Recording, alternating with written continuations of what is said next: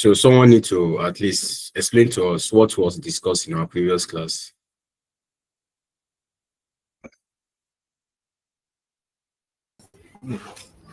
Okay, good morning, everyone. Good morning. Yeah, my name is Gabriel. Okay, Gabriel. Welcome. Yeah, okay. So I'll be giving summary of what we did, a brief summary of what we did last week. So the topic that was introduced to us was merger and acquisition, and from the merger and acquisition, we try to know what merger is actually all about. The two companies coming together to become more like A and B becoming C. So, and after you explain what merger is about for us, you even give scenarios of some companies that they've actually merged recently, and and afterward you give advantages of when we acquire, because it is merger and acquisition. When you can merge and you can as well acquire a company, especially a company that you know they are in distress, or probably there is poor management and all of that. So you give us that if we are to acquire company, let's say there's a target company we are looking into and we feel they are not really doing well. If we are to acquire a company, we the acquirer, what are the advantages to us if you are trying to acquire a company? So you give some of the advantages, which are the reasons why some companies acquire, or one of the benefit of acquiring other company, the target company, which are, you said one of them is cost saving. One of the reasons why we actually acquire companies is cost saving, and some is another one is to prevent competitors, and which you explained to us that there are some company, maybe they are into, you feel that there's another emerging company or emerging firm that just come into operation, into industry. So one of the way to beat this new one is by acquiring maybe a similar in that same industry, a smaller one or something, so you just become one to be able to fight the new company that just come in. And you also, after listing some of this, you said for internal development as well, which is one of the advantage. You as well move to the disadvantage of acquiring a business. You said it may be expensive, yes, which we all know that it may be very, very expensive. After valuing the company's asset and all of that, it may be very, very outrageous that we cannot even afford. So it may be expensive, and some we can even buy. At the end of the day, we notice that it will affect our financial capability or financial strength. So it can also lead to loss of ownership to the acquiree. The acquiree will totally lose their ownership. I mean, when you are talking about the acquiree, the shareholders in the company of the acquiree.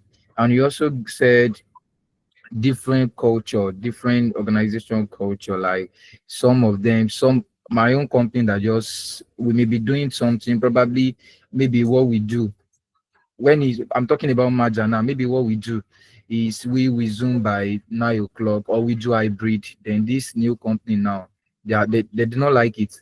They like full-time on-site job. So that can also be a disadvantage. And then after that, we talked about synergy. You made us understand in synergy that 2 plus 2 may become 5. That is when synergy comes in. This in sense of when company A acquire company B and it gives C, we expect that maybe there's a particular thing that this person is bringing, or there's a particular thing we are actually buying. It could be goodwill, it could be anything, maybe their reputation, it could be their financial strength that will make this 2 plus 2 not to be 4, to make it to be 5. That is what we call synergy. It is just combining two companies and having a particular benefit that the company will not derive if they are standing individually. So after talking now, you let us know that synergy is, we have the revenue synergy. It can be the revenue that they are bringing when we combine two companies. It could be cost. It could be one, maybe one of the company, maybe one the company we are trying to merge with, or the company we are trying to acquire. Maybe the company has a particular machine that we don't have. So we acquiring that company now, this their machine can save us cost a lot. which you gave, or you also talk about financial, maybe those ones they are open to finances, loan, and all of that compared to we. So coming together now can give us access for us to, to be able to get loans and all of that easily. So, and you also talked about failure of acquisition, that there are some acquisition that fails actually, and you gave us reason. One of the reason is high purchase price. Yeah, at the end of the day, when we actually, maybe it's our retained earning or anything that we've used to purchase this company, at the end of the day, it may really, really, really affect us. It will start affecting us before we start coming back, before we can get our stand again. Then we start, it can even lead to liquidity sometimes if we've used a significant part of our money, our finance to purchase the business. So we can start, it may affect our financial strength as a company. So you also talk about employment. Employment did not accept the culture. Management control too. There can be, failure to maybe conflict of interest. Yeah, let me just use the word conflict of interest. Conflict of interest is in the sense that what the managers of this one want is different from what the managers of this one want. Their goals are different and all of that. These are failure of acquisition at the end of the day that people will start regretting that they acquire or they match. So when we move further to due diligence is just about, it's just about assessment or investigation. Like we try to do all our thorough investigation. We try to know what is this company that we are buying. Are we actually doing the right thing? That's what's about due diligence. And what we try to test when it comes to due diligence is their financial this thing. We try, and when we are looking at their financial diligence, we look at their financial statement. Yes, in their financial statement, we try to look at maybe their expenses, how they are incurring costs, how they are making revenue, how maybe they are not overstating, understating, and all that. We also check their management accounts as a whole. We check their projections, their projection, maybe 2-3 years projections, using their financial statement after analyzing. We also check their legal aspect of the business, Probably maybe they don't have any court case, they don't have maybe they have enough security, or maybe they don't even, or maybe they even have a particular asset that they've used as collateral and all of that. So we try to look at this thing or their legal affairs too. Then that's all about due diligence, just trying to examine, okay, if what we are doing is actually right. Then synergy now, you will try to talk about the formula, how do we derive synergy? And then from what you said to us, that how to derive synergy is that we try to before the acquisition, we compare it with when they now combine. Let's say our company A and company B, we check this thing, we know the value, then we now compare it when they become company C. So the difference between when they are A and B after adding it and when they've now combined become C, the difference between the two brings the synergy. That's the addition, that's the benefits derived after when they combine. Then we also talked about maximum value, minimum value, which you gave us the formula, how to derive them. So because you said the examiner to do ask and test this thing, which you gave us the formula that we should all cram.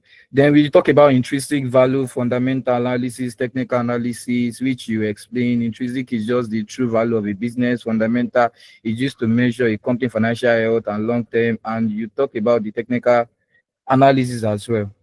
So, Thank, and you also talk about alternative acquisition. It could be joint venture, it could be this and that. I think that's the summary of what you gave. That's thank you, all thank you, about the overview of what you did last week, sir. thank you so much for that summary. Right, it makes sense, and that is all what we discussed in our previous class. Right, thank you so much, Salahuddin Gabriel. So I think I owe you something. So immediately after the class, you can just send me DM, right? So thank you so much for that, right? It is not for anything, just to encourage others to always go back to what we did. It is not magic, right? To pass strategic, what is it called? FM is not, it's not magic, right? There are some things that you said, most summarize. There are some things that I saw when I wrote my last paper on in SFM, right? Where in that exam, where we have like 3 to 4 valuation questions. I think it was May 2023, where we have like 4 valuation questions there, right? I don't know. When I saw fundamental analysis, I was like, what is fundamental analysis? So it sounds so strange to me. I was like, what is fundamental analysis? I just use one idea then to write it. Then I saw technical analysis. Even when we were in class, nobody told us, well, this is technical, this is fundamental, this is intrinsic value. You know, these are the things that we're bringing so that you will understand that it is not a magic. So when the desirable is not available, the available becomes the desirable.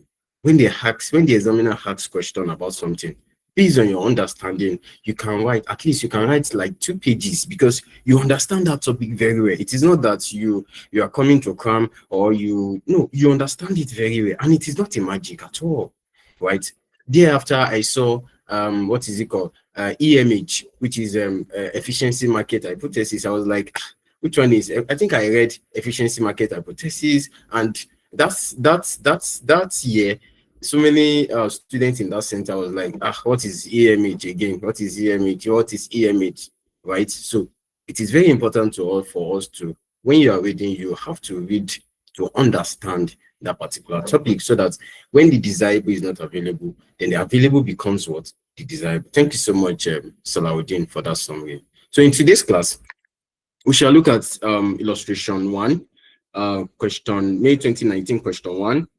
May 2019, question 1. So I will share my screen. May 2019, question 1. May 2019, question 1.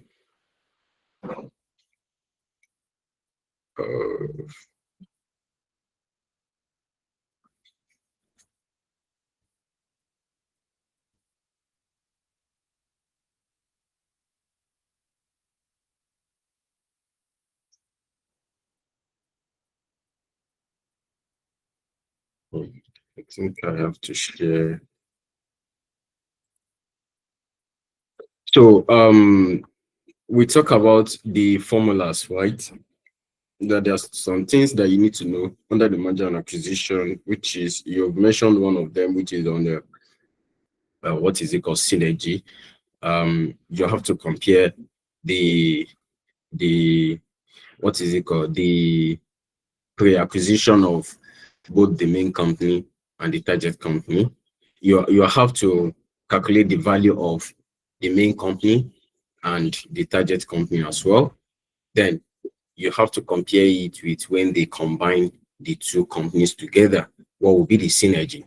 At the same time, the examiner may ask you to calculate the minimum price that they could pay to acquire, or that means the target company can accept. The minimum price is still the normal way we used to calculate, whether it is price earning ratio, whether it is free cash flow.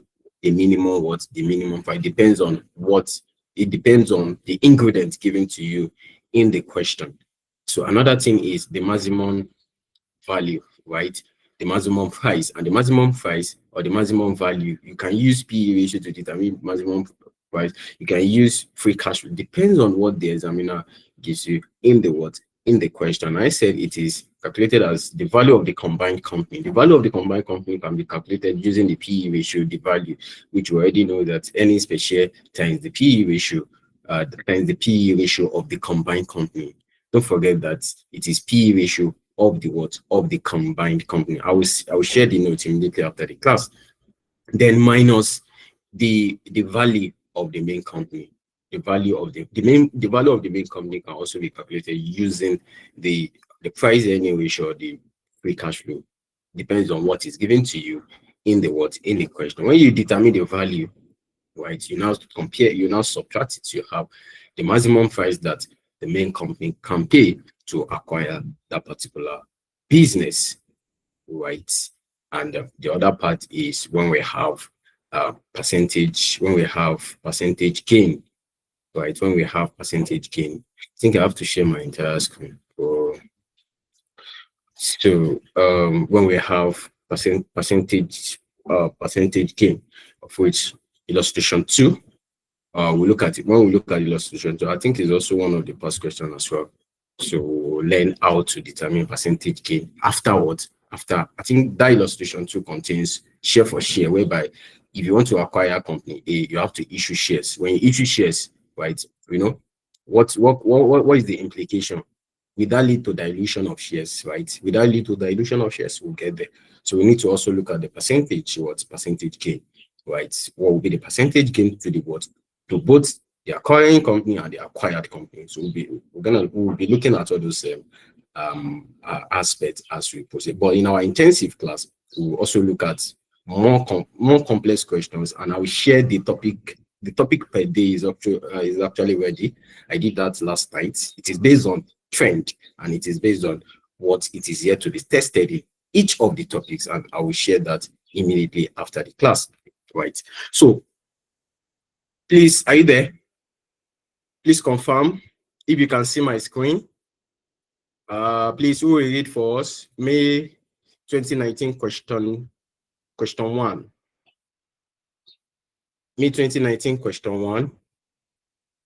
Okay, now let me quickly address one issue here. I think I saw it on the group that I think someone I think someone is saying she's saying that she has been soliciting for reduction of price and all that. So let it not be as if we just ignore those messages, right? And I'll just tell us the truth of everything today, right? There's nothing to hide.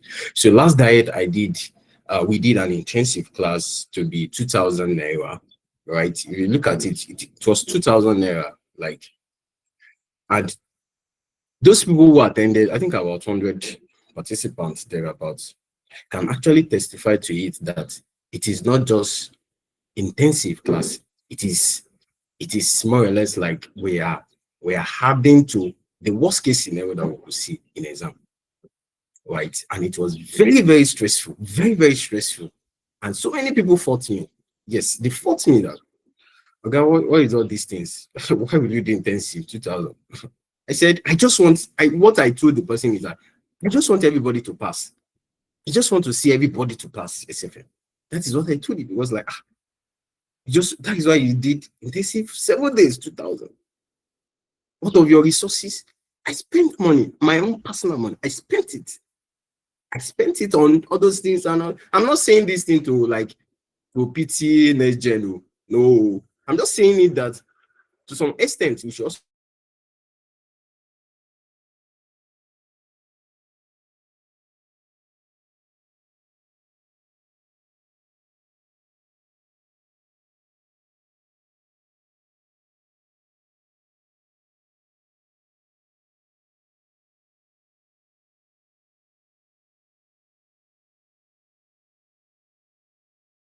Mr. Brian, we can't hear you.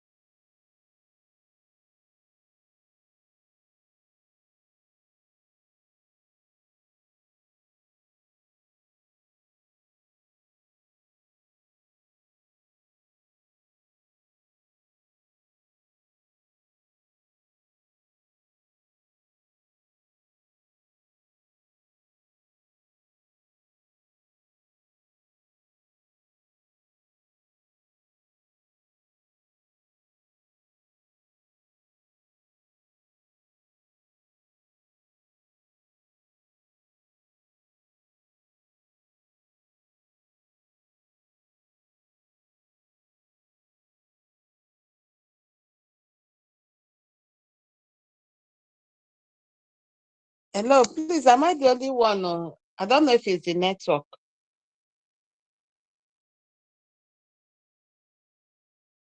You're not the only one. Same as you as well. Okay, I can't thank hear you. Okay, thank you so much.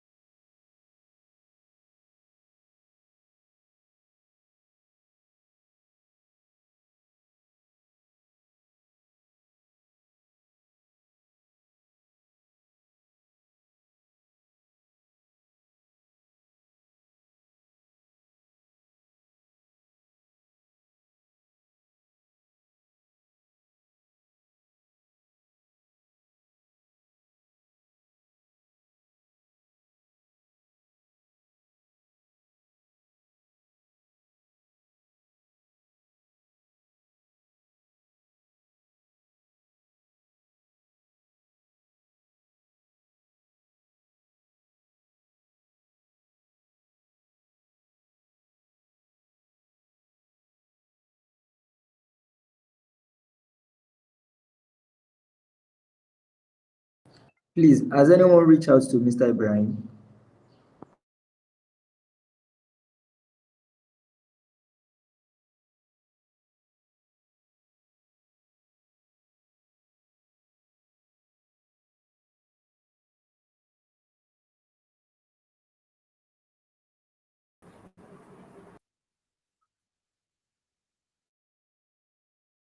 Ibrahim went to go and shout ni àbí network ni.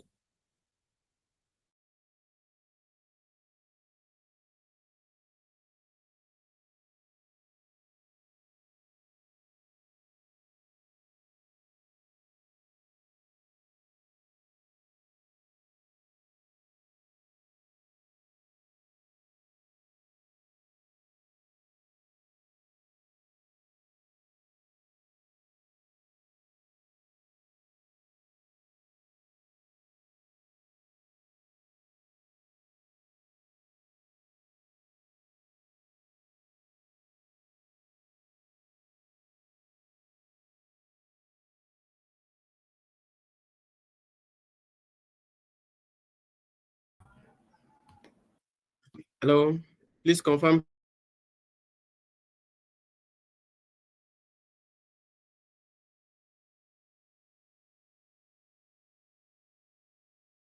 Yes, I'm back. Thank you. I'm back. Thank you.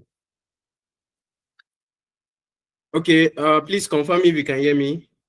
Sorry, my network just logged me out. Right. Okay. So class, it is what it is, right? Okay, just imagine, finally, just imagine, and just imagine someone is trying to offer. Welcome. Okay, thank you. I don't want to call figure. Someone is just trying to offer something like maybe something good, and they say, "Oh, we know you are good in this. Just come and take me private," right? And it is something good. I know that yes. At the end of the day, now better money now. You get, but I decided to ignore it because I feel that is not what I need, right? So class, it is what it is. So if you see that we don't respond to that message, right? No, SBL. So if you see that we don't respond to that message, it's not that we don't want to respond, but we've already decided what we want to do already. So it is what it is. Thank you. So please, can someone read the question? So please, can someone read the question? Requirement, please. Required. Quickly.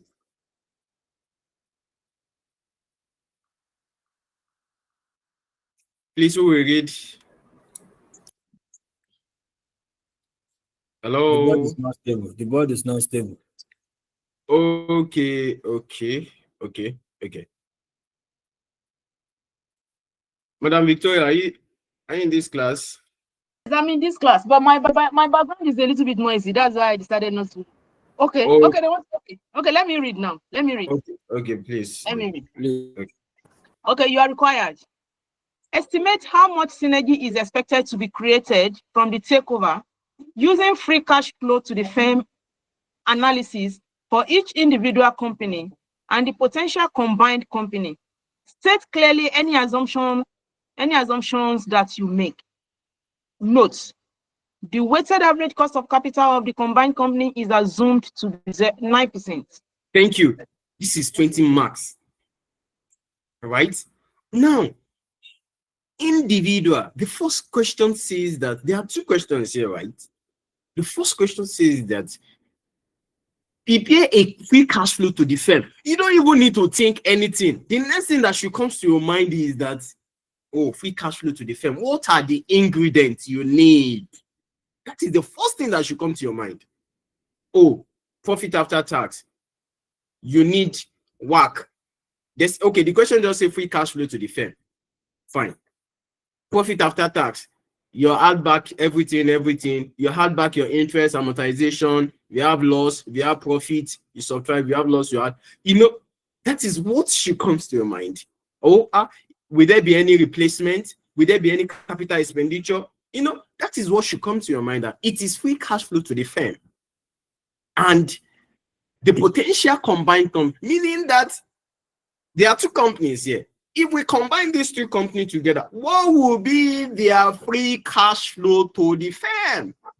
And it is assumed that we should use 9% to discount it, right? It is assumed to use that. If you check examiner comments in this question, despite the fact that the requirement is clear, but the analysis of the question is actually very wrong, because statistics shows, based on the examiner comments, that the analysis was totally like students analyze it wrongly, and that is why we have to take it.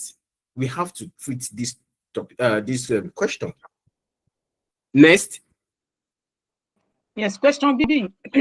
Discuss any 5 limitations of the above estimates. Fine.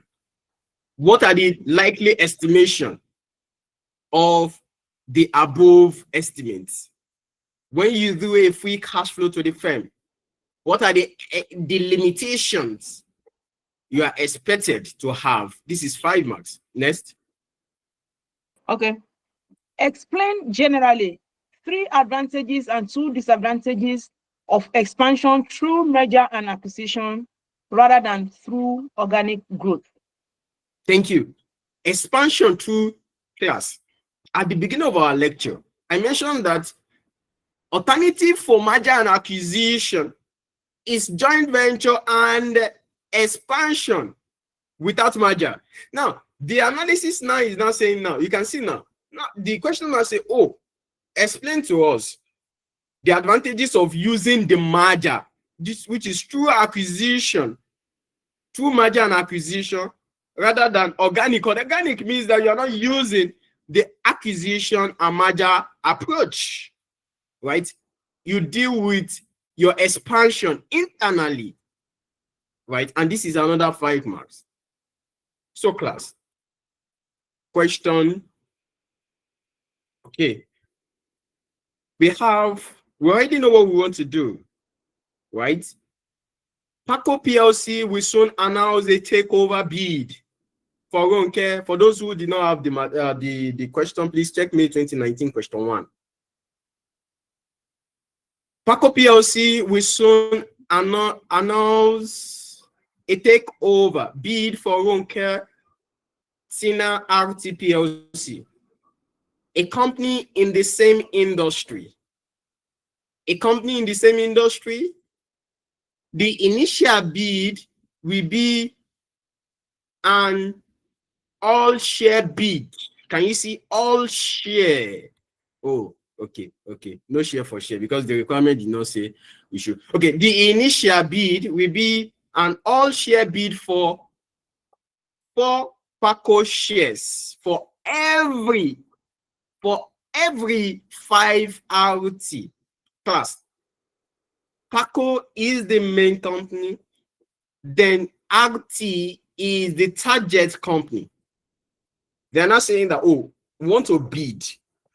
Okay, our bid will be like for 4 PACO shares, let me start from that part. For every 5 shares, we will give 4 from PACO shares. For every 5, we'll give you 4. For every 5, we'll give you 4. Go on, we'll give you 4. That is what it means. But the requirement did not say we should analyze the share to share, right? Maybe illustration 2. Now, the most recent annual data relating to the 2 companies are shown below. Class, of course, when you want to do a merger and acquisition, I recently purchased what is it called? Training on financial modeling, advanced financial modeling. So when I check my dashboard, the first thing, I have not started the class. The first thing I saw is that common mistakes in valuation. And this will take us to the big part of this question.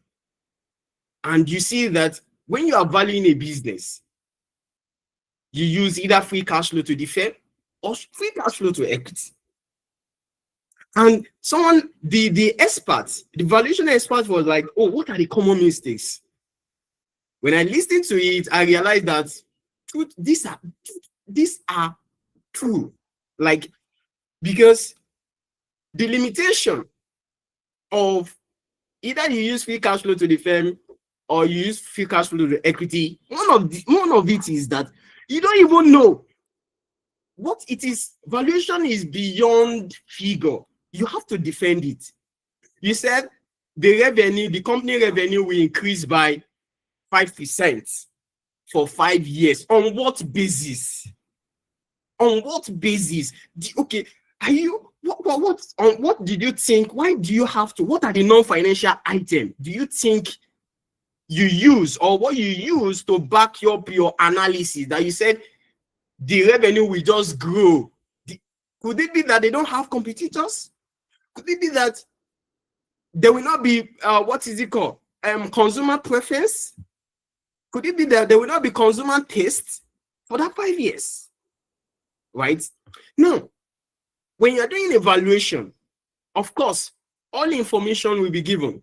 You can see that we have PACO, we have AGT. Is that not so? So these are the financial information of the 2 what? Of the 2 companies. The PACO is the main company, the AGT is the what? Is the target company. Plus.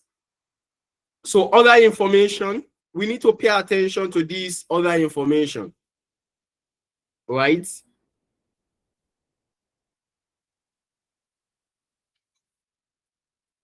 Okay. Other information, annual replacement capital expenditure. Class, meaning that they have an annual replacement of capital expenditure, which is CAPEX, 1,600 and 1,240. Now, expected annual growth rate in sales, operating costs, including depreciation, replacement investment, and dividend for the next 4 years.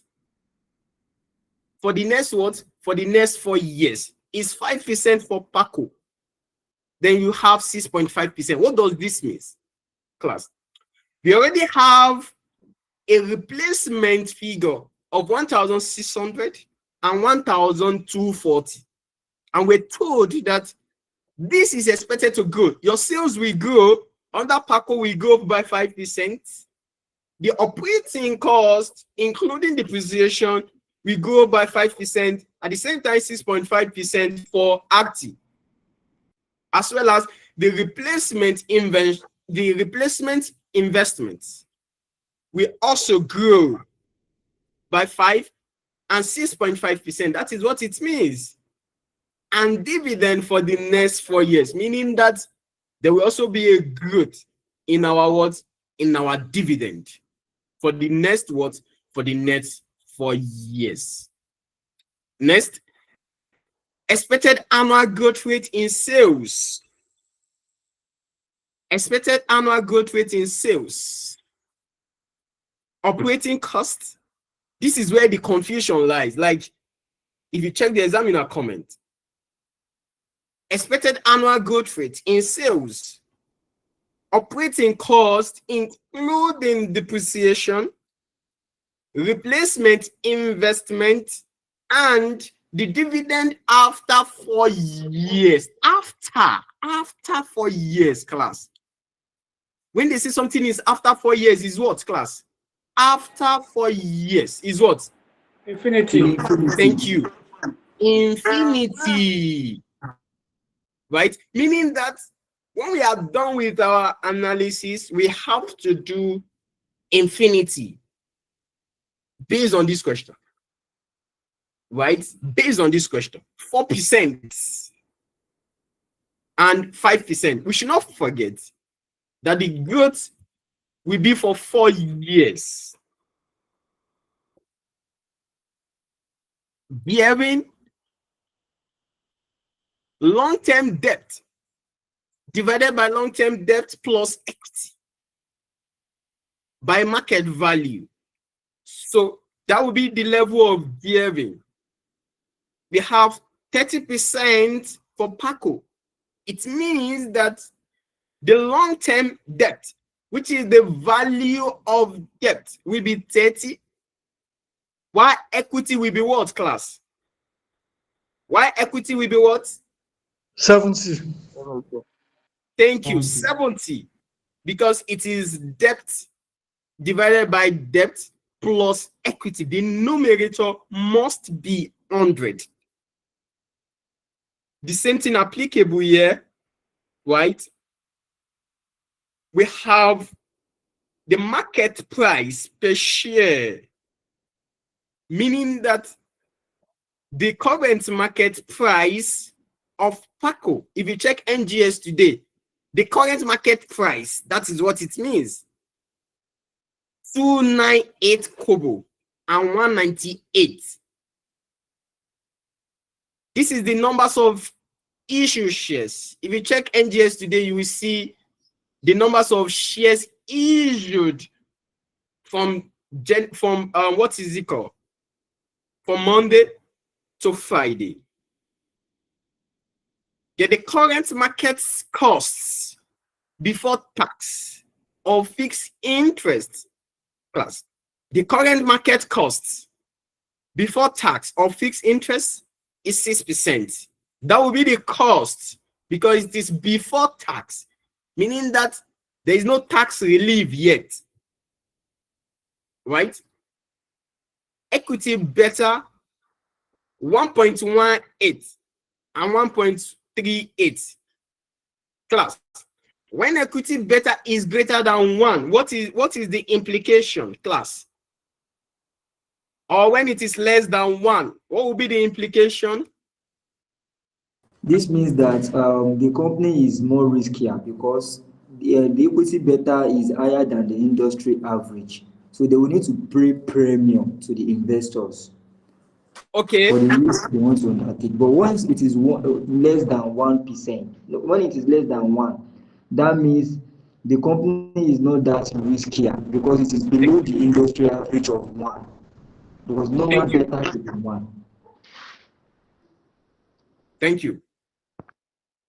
In addition to that, it means that when it is greater than 1, the company stock is very risky, meaning that expectation of rational investors who are not risk averse, who risk appetite is so high, they like to invest in that company because their expectation is that their market return will be very high because of the risk. They will have the risk-free of 4%. Then the market return 11% plus. We should not forget that the requirement of the A part of the question says that estimate how much synergy is expected to be created from takeover using the free cash flow to the firm analysis for each individual company, meaning that you need, for you to determine synergy, you need to determine the value of each of the company, meaning that before acquisition, then we'll have the combined, that is after acquisition. So we now check what will be the difference. Do we have an increase in synergy or not? The takeover is expected to result in cost savings. To result in cost saving in advertising and distribution class, meaning that this is one of the benefits of merger or acquisition, right? It will lead towards cost savings in advertising and distribution. 1, reducing the operating costs, including depreciation of PACO from 76% of sales to 70% of sales, meaning that when the acquisition takes place, the operating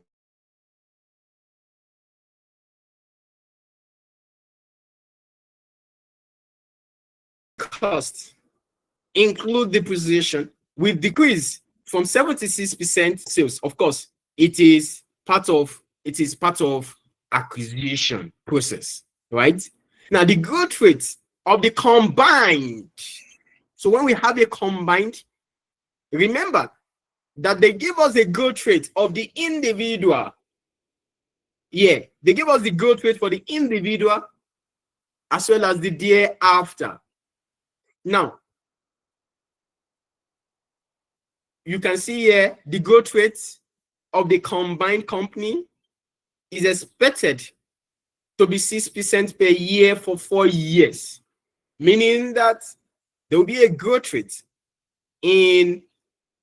for all the combined companies for 6% per year for what? For 4 years. Everything from their sales to operating to this to that, everything, but except where they mentioned that their operating costs will reduce 76% from 76% to 70%, right? All other costs have to increase. All other inflow or outflow have to increase by 6%. So, and 5% thereafter, meaning that we have to do infinity for, we have to also do infinity for this. Active debt obligation will be taken over by PACO. Wow. Meaning that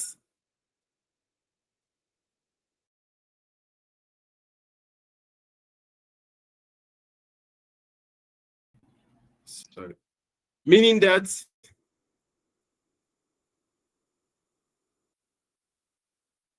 RT debt obligation will be taken over by PACO. Class, take note of this. This is very important in merger and acquisition. One thing that examiner will do, another thing that they will do is that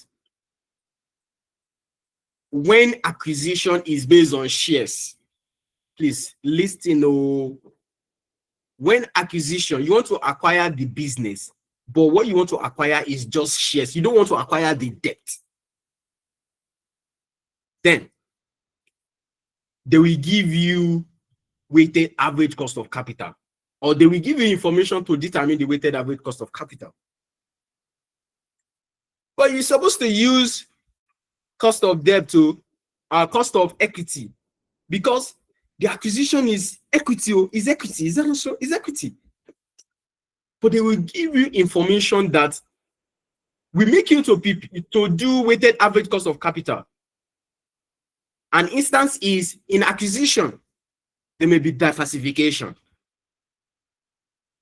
So if you're given that information to determine with the weighted average, whether it is appropriate or normal, what you need to do is that when you discount your free cash flow, okay, we'll look at that in the illustration too. So, but just take note that it is both the shares and equity is being taken over by PACO. The corporate debt tax rate is expected to remain at 30%. Sales and costs relevant to the decision may be assumed to be in cash terms. What does that mean? Sales and costs are assumed to be in what?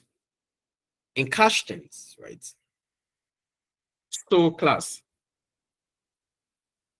free cash flow to the firm for each of the company. So we'll start. Class, are we still together? Who is against us?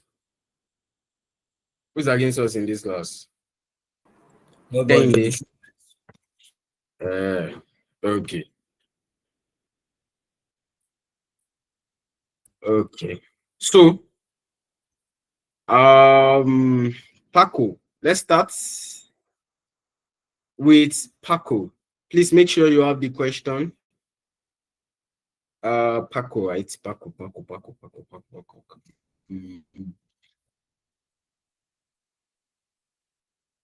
Okay.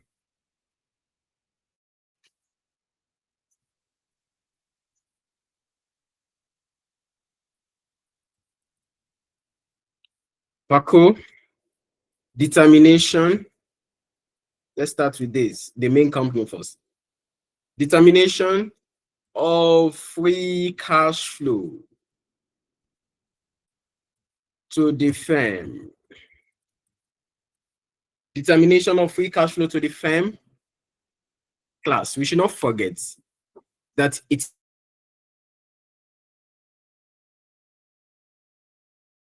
is for 4 years. Like I usually said, that SFM is not difficult to, it's just for you to understand the principle, expectation, the expectation from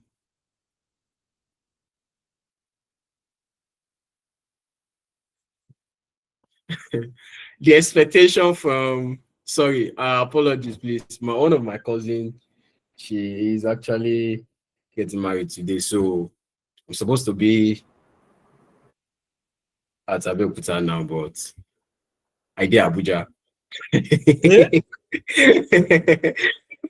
So yeah, like sending me pictures. So so that's fine. So year 1, 2, 3, and 4. So Yes, sir. This question is from Ikanabi, not from your own pack. no, Ogaraji, can you see May it? 2019 question 1. Have you? Sorry, but I can relate. So we can have this. So we can have this. Okay. So we start. Now you can see that in this question, profit after tax. We have profit after tax. Normally, we're supposed to start with that, but no, because information on how to derive our growth rate, our sales, we're given information that sales will increase, operating costs, including depreciation, will increase. So we have to do the adjustment of the increase. Don't forget, it is profit after tax. So before we arrive at profit after tax, we have to go back to the income statement, right? Income statement. So now we have sales From our question, sales will increase. What is the sales of Paco? What is the sales? 1333, right? Please, are we still there? Yes, Hello? I beg, please, that your fiance, Abi, now that your girlfriend, Abi, that your boyfriend. Please, can you tell him or her to just excuse you, like, for just 3 hours? So after that 3 hours, you can continue your chat. Is that not so class? Abbas, can you hear? Please, this is very important. Hey, Abbas, can you hear? They play. Okay. See scope. Okay. So 13, 333, and it is expected to grow by how many percent? Let's quickly go back to our question. We're told that expected annual growth rate in sales plus 5%. We have 5%.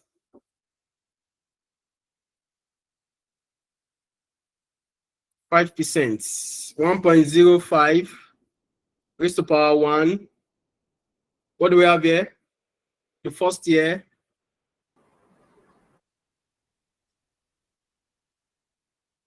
Hello, sir. 14,000. Is Paco the 14,000. target company? What? 14,000. 14,000. Now, someone said something. I said, is Paco the target company? Ah. See it at the top. See, look at someone that said, Abbas, in the year. You see? Now, he's not asking that is Paco a target company. So now, who is chatting with is this thing? I beg. Okay. Paco is the main company. RT is the target company. Do you get? So please, can you tell her to stop sending you? Let me pause there. Let me pause. So what do we have? We have 14,000. Right? So when you increase this, 14,700. 14,700. When you increase this, what do we have? 15,435. 15,435. What do you have here? 16,207. 16,207. Now, we need to derive our profit after tax based on the growth. They said everything will grow, right? We are using the current information to increase what we're given in the income statement. Next, operating costs, including depreciation. And this is our operating cost. This is our depreciation. The examiner says including. You have to add your depreciation to operating costs. The examiner says including plus. So operating costs. You can see how we are just unlocking the question, and that is what examiner wants you to do, right? Including. So what is the first figure for operating costs? What is our figure for?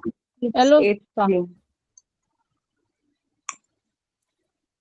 Yes. Okay, yes, sir. Please, I can't find where we see that information that we should include depreciation in the operating cost. Sorry. Oh, yeah. Please. Look at it. Can you see it now?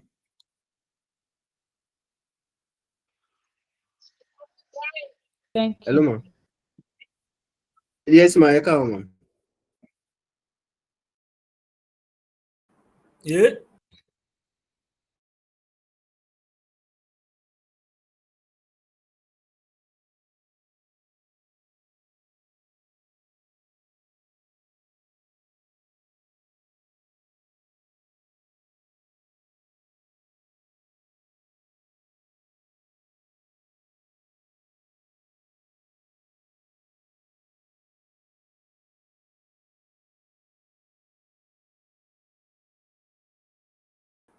Mr. Brian, family are calling you. You will sanction IB today. You will sanction him today. Sorry, apologies. Ekaroma.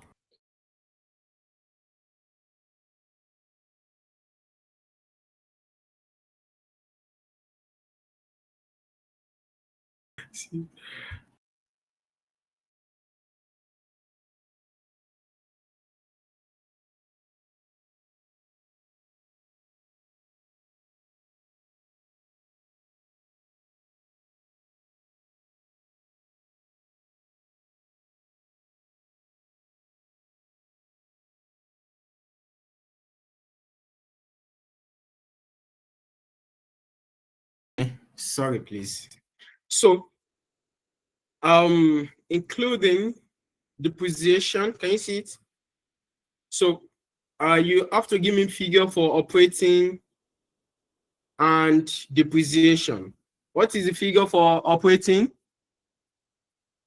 8 what? 8,683. Hello? Hello? 8683. Okay.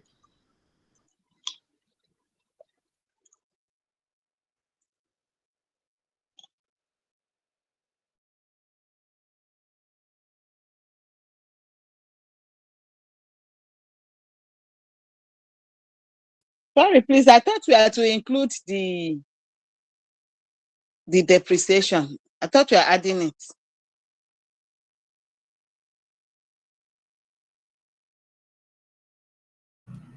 Yes, please. We'll add it. The first one is 86 what? 83, right? Plus 1,450. 450. okay, 1,450 minutes, please. I have to check something. Oh, where's my plus sign? Keyboard is still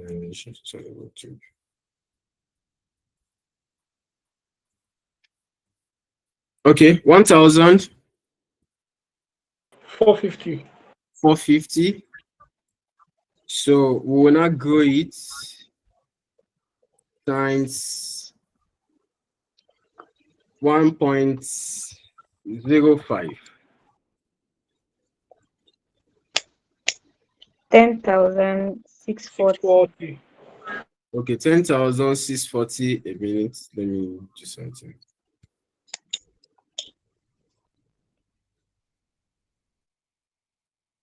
Okay.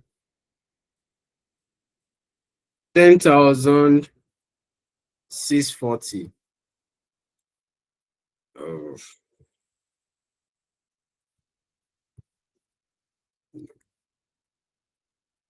$10,640. So if you increase this by 1.05, what do you have? 11,170. 11,172. So what do we have here? 11,731. Sorry, I didn't get what you added for to get the 730. total, please.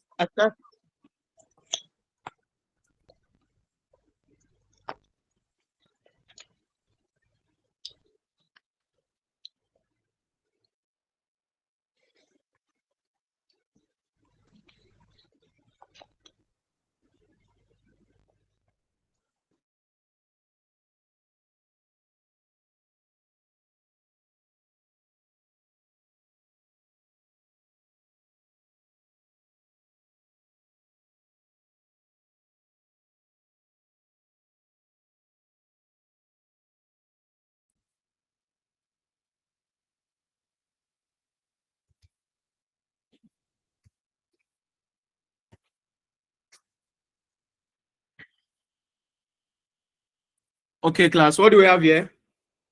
Someone said, hello? Hello, class? 11,730. Okay. Hello, 11, hello, sir. 11 what? This is 11. 730. 11, 730. Next, what do we have here? 12317. 12, 317. Okay. You can see that when we add this together, we grow it. We have this. You grow this, you have this. You grow this, you have this. You grow this, you have this. Now, for my income statements, we have the net interest. Ideally, we were supposed to make use of this net interest so that we will arrive at profit before tax. But information, you can see, they didn't give us information about the net interest. So you have to omit the net interest. Class. The reason is because we're not given information that the net interest or the interest will increase by this. So we cannot assume that the interest rate will be constant for 4 years. It's not possible, right? Because this interest rate is for the current year. Plus, we're not given information about the net interest. But sir, ordinarily, free cash flow to firm, do we include interest? Yes. Yes. Okay. Before you derive at your profit after after tax, you have to consider interest now, you know, in the accounting profit. Is that not so? What we want to do now is to prepare our accounting profit, which is profit after tax. Then we now start adding back. Is that not so? That is what we want to do. Do you get? Yes, sir. Yes, sir. Mm-hmm. So when you subtract this, we have operating profits. Operating profits. Operating profits. When you subtract it, what do you have? 3,360. 3,360. What do we have here? 3,528. 3,528. What do we have here? 3,705. 3,705. What do we have here? 3,890. 3,890. Can you see? This is what? This is operating what? Operating profit. Thank you. This is the operating profit. Then after the operating profits, of course, there will be tax. We have to charge tax so that we have profit after tax. We can now start our cash flow because we need to arrive at profit after tax. Then we now say add back this, add back that. Is that not so? So, tax. What is the tax rate? 30%, right? Hello? 30. What is it? What is the tax rate? 30%. Can you mute your mic? Who is that now? Oh. No, what happened is Motishi 1,000.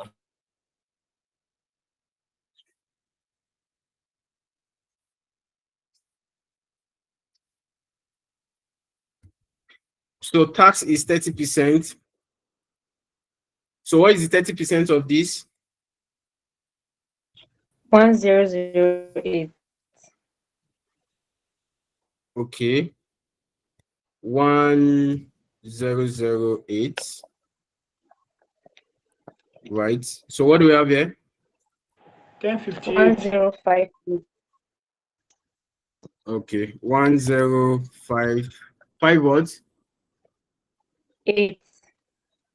Okay. Next, what do we have here? 1112. 1112. 1112. 2. What do we have here? 1,167. 1,167. Right. So we can now arrive at our profit after tax. Then we now start our cash flow. We have profit. Please, if you know who is that again now? Hey, who are these people?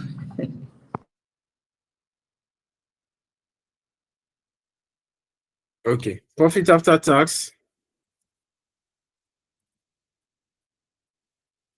So what do we have? The first one, 2352.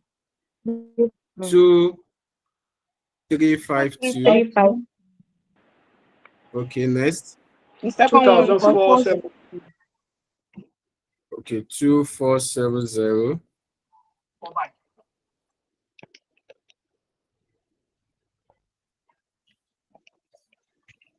2593. 2593.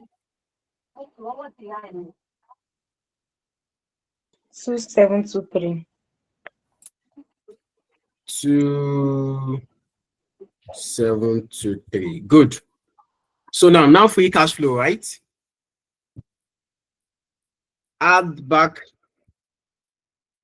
non-cash items. Please, I hope we are getting it. Don't pretend if you know you are not getting it.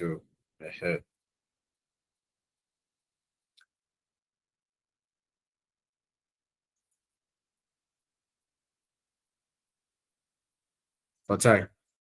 Add back depreciation.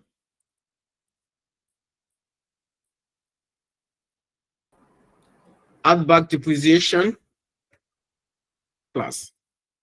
We should not forget that in this part, we're told that your operating costs include depreciation. Everything will grow by 5%. Is that not so?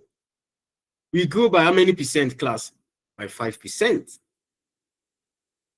So what is our depreciation here? Our depreciation here is 1,450. So we need to grow it. We need to grow it. When we grow it, because it has been included already, right, in our calculation. So when we grow it, we add it back times 1.05. You add it back because it has been included here. So what do we have? Sorry, excuse me, Mr. Ibrahim. Sorry. In that question, they said tax allowable depreciation. Is it normal depreciation, or I feel like is it capital allowance or normal depreciation? Toib. Sir. Toib. The tax is in your income statement. Is that not so? The tax is in your income statement. They just say that it will be allowed for depreciation. That one is their own business. We are talking about free cash flow. The depreciation that has already been included in your calculation. Is that not so? You have to add it back. That is what we are doing. Right? It is none of our own business. They say it is allowed for depreciation, fine. But this depreciation, we've added it to divide our profit after tax. Are we not going to add it back from our format? We'll add it back. So, what do we have here? 1523. 1523. What do we have here? 1599. 1599. What do we have here? 167.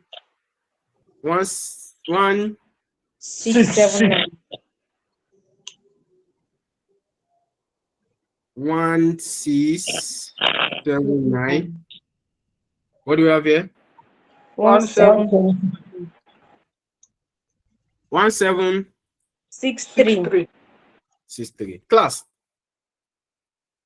In this question, you see that we didn't use interest because we did not subtract interest to arrive at our profit after tax. Why? Because we're not giving any information about interest. The interest will grow. So meaning that we don't need it. That means that that interest will only be for that year alone. I think we were given this information here that, oh, the interest will also increase by 5%. We would have grown this 715 by 5% before we arrived at what? The profit after tax. Then in our free cash flow, we do what? We add it back. So this is our non-cash item, only depreciation that we have here. We don't have amortization here, and we're not given any information. The amortization will grow by this, by that. Next, we have replacement investment. Replacement investment means that you will replace your current asset. And when you replace your current asset, it becomes the cash outflow. It will reduce your cash flow. And that is the reason why you are given here 1,600. So if you are given 1,600, don't forget, it is expected to grow by 5%. So replacement.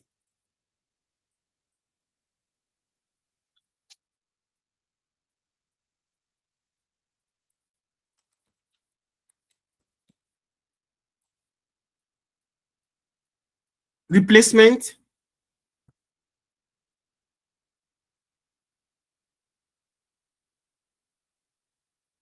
Replacement investments. Okay, let me check this.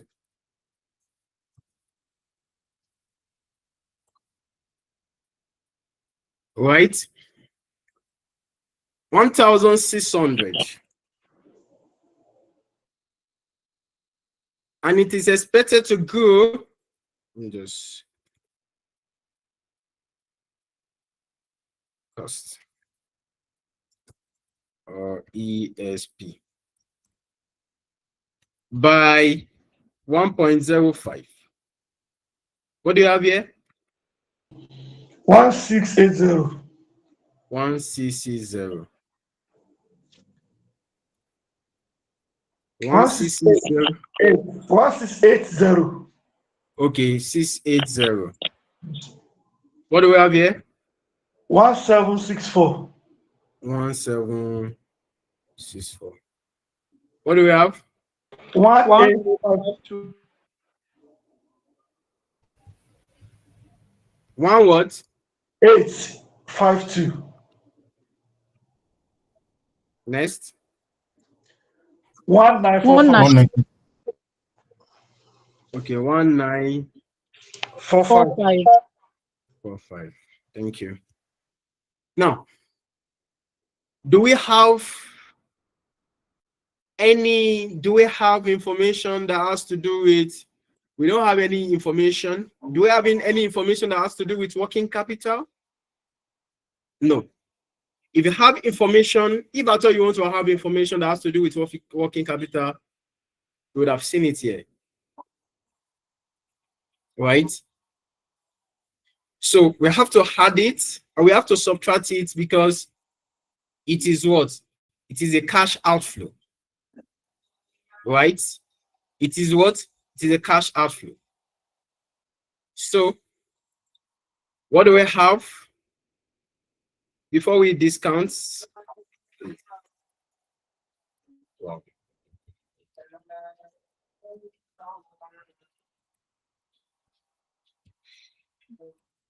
Okay. 2105. I'm coming. 2000. 195. What do we have here? 2305. 2,305. What do we have here? 2,420. What do we have here? Sorry. 2,420. 2,420. Okay. 2,420. 2,420. Okay. What do we have here? 2,541. 2,541. Now, you should not forget, after this add back, you may have non-cash item to be 3. Maybe amortization. They would have given you what you will grow it by. Or impairment. That is why I gave you that full format of free cash flow. Please, you need to study it very well.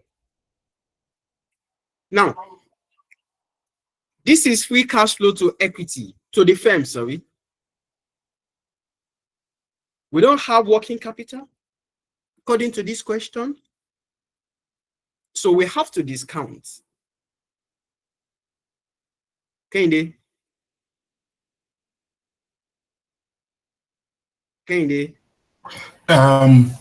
Well done, sir. I don't think it matters again. You've answered the 2 questions I wanted to ask.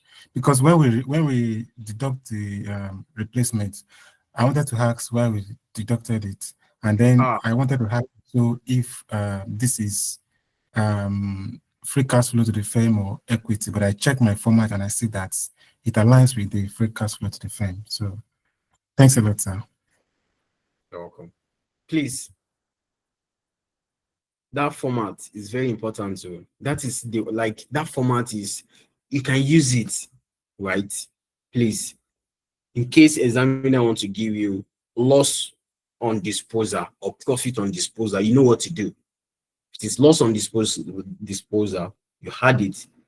Profit on disposal, you have to subtract it, right? Because it has been added to your income. Please. So DCF, we have to discount it, right? So since it is free cash flow to the firm, class, what are we going to use to discount it? WACC. Okay, we'll use WACC to discount, right? We'll use WACC to discount because it is free cash flow to the firm. Now,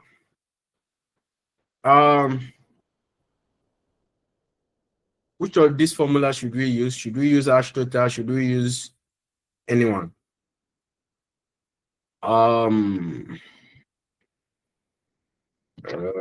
Which of these should we use? Okay. The formula. Okay, the formula, right? I don't even forget self. Yeah.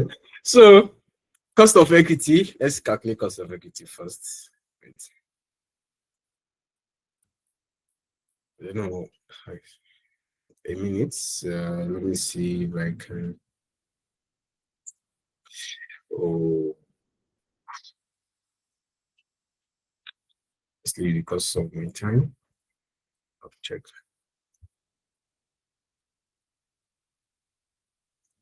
Maybe after this class, I will go and do the. You know what happened to my keyboard?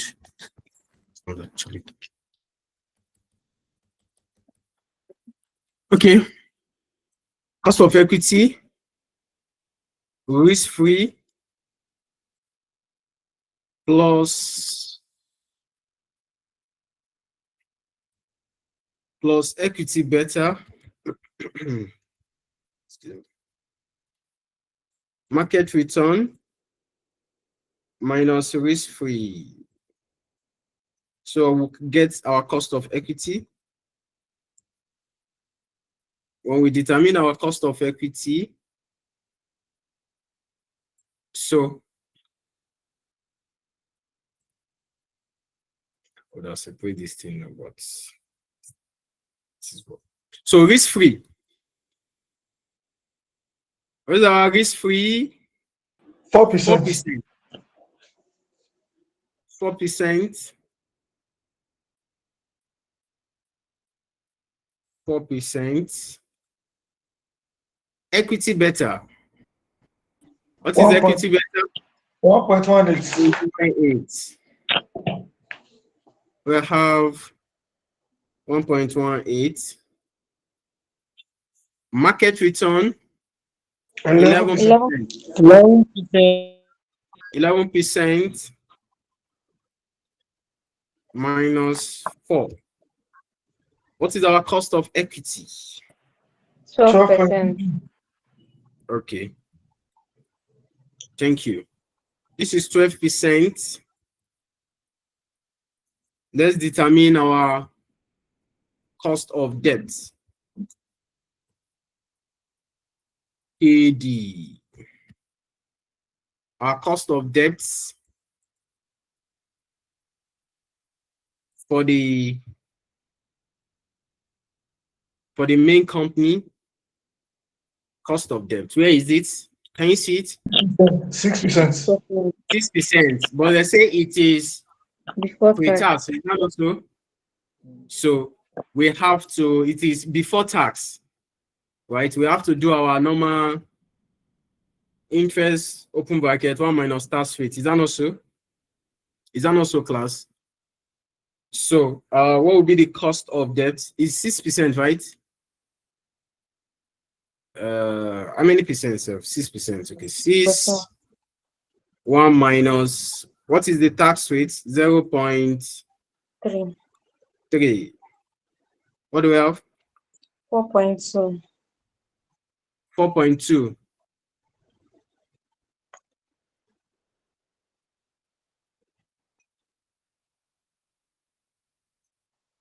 Convert this.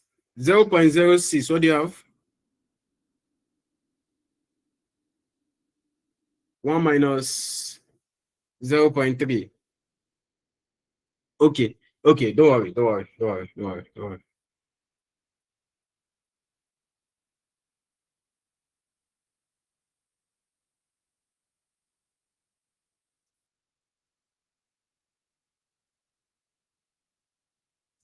Okay. This is 6%, right?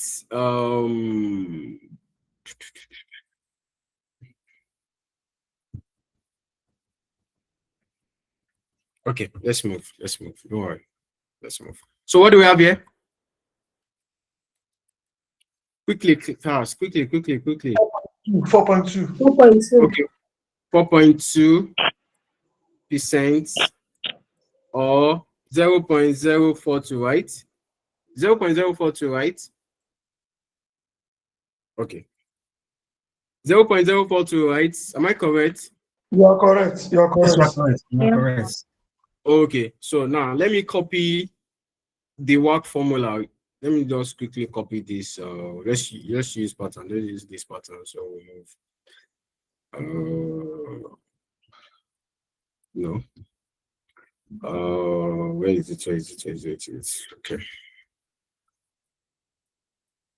I can actually use that total, right? So okay. Okay. So what else do we need? We need the market value of equity. Okay, they give us the level of gearing already. Gearing, debts slash debt plus equity. So market value of debt in the question. Debt 30. Okay, thank you. Market value of equity 70. Okay, now let's confirm this together. The level of gearing, where is it? Okay, this is 30%, right? So 30%, this is 30. Why this is 70? Don't forget, the examiner may want to test your knowledge and may not give you the level of gearing like this in percentage, of which we've done some similar something like that. We've done similar question like that on, I think on cost of equity or risk adjusted, whereby the examiner gave you the what is it called? The market price.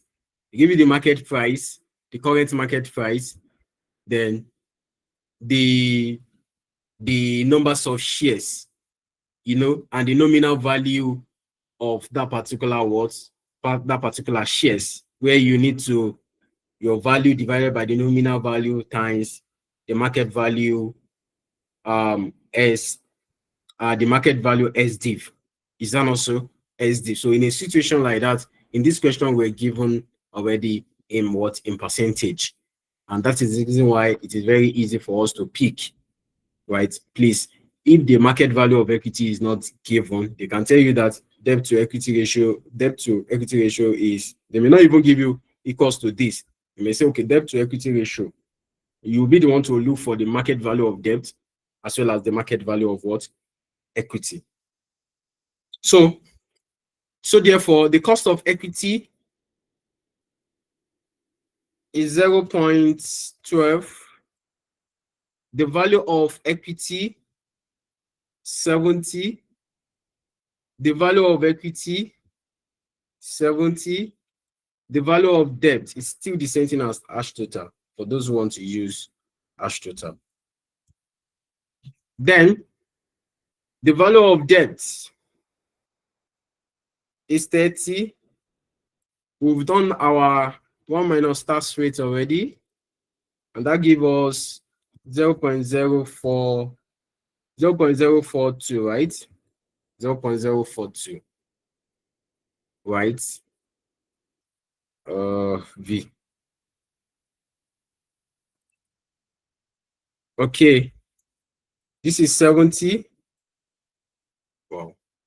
And this is what? 30. Class, what will be the weight WACC? What is the WACC? 10%. Our WACC is 10%. Please, who did not understand this? No. Anybody that did not understand this, you just go back to cost of capital and watch the video again so you understand. So this is 10%, right? This is 10% to discount. Year one. What do we have? What will be the DCF? 0.909. 0.909. What do we have here? 0.826. 0.826. What do we have here? 0.751. 0.751. What do we have here? 0.683. 0.683.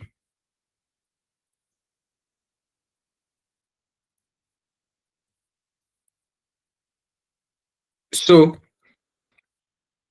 we have the free cash flow, the present value of the free cash flow, FCFF. Don't write FCFF for an exam. The free cash flow to the firm. Okay. So what do we have here? Quickly, class. 195. 995. 1995. What do we have here? 1904. 1904. 1904. What do we have here?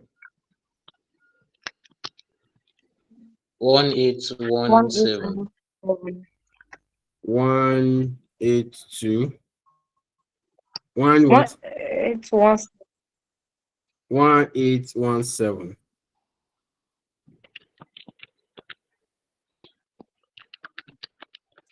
Open and shall confirm. 1735. 1736. 1736. 36. Okay. So these are free cash flow to the firm. But we are not done yet because the question says we should calculate for each. And don't forget there is a terminal value here, which is the infinity. Right? There is a terminal value, which is the infinity that the question now says that everything here afterwards and after 4 years. Now, we can see that we are given value for dividend. Though. We are given dividend, that dividend will also grow.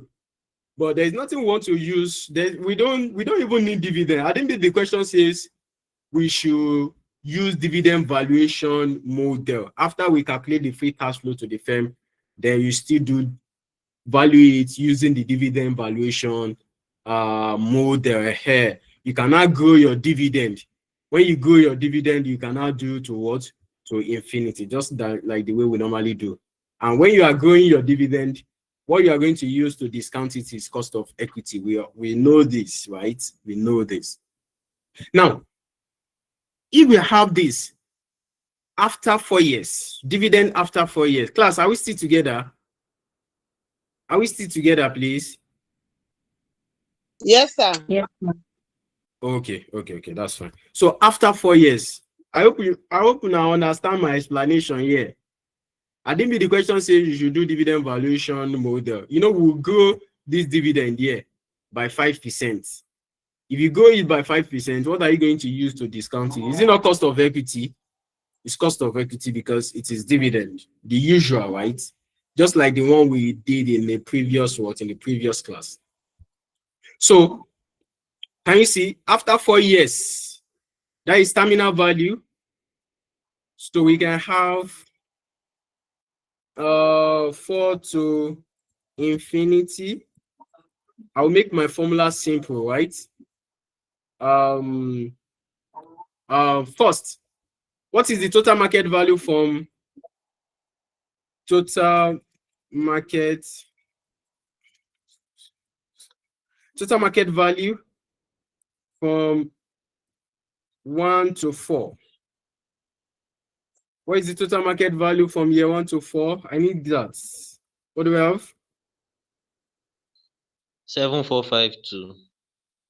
Okay, 7452. Okay, it's 7452, right? Okay, that's fine. So my terminal value will be, I'll pick from since I've already discounted to be present value. You can pick it from this part. Fine. You can pick it here.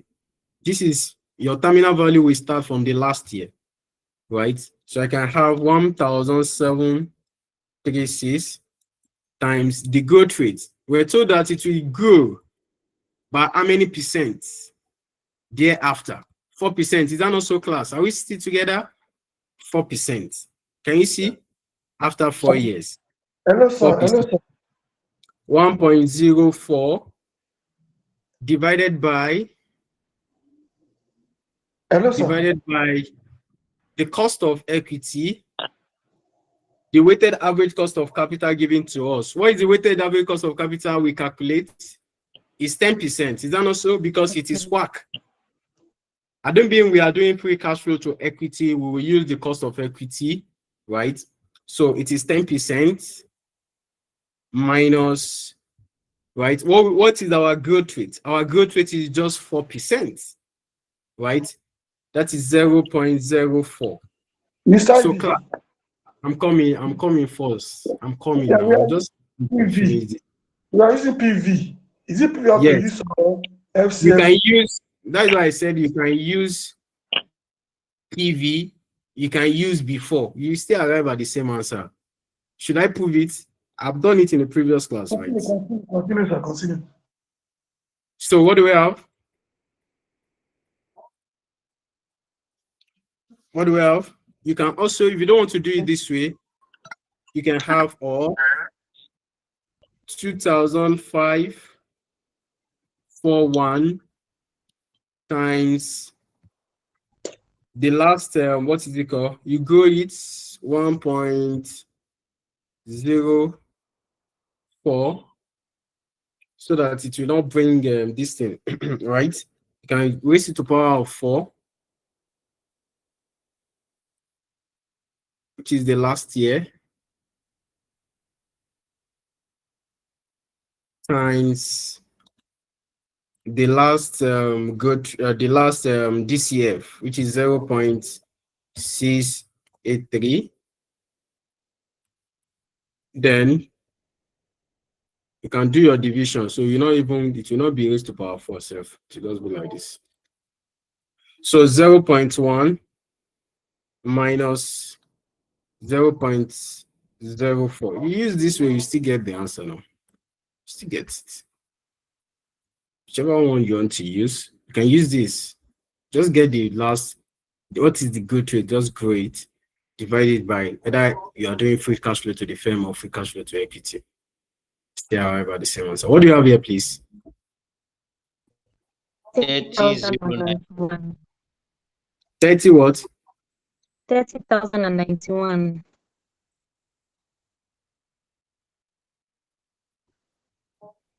30,091. 091. 30,091. 30 Zero. okay. 91. Okay, that's fine. Mr. Temitope, do you get that? Thank you, sir. Yes, I got you, sir. Okay. That's fine. So what is the total market value?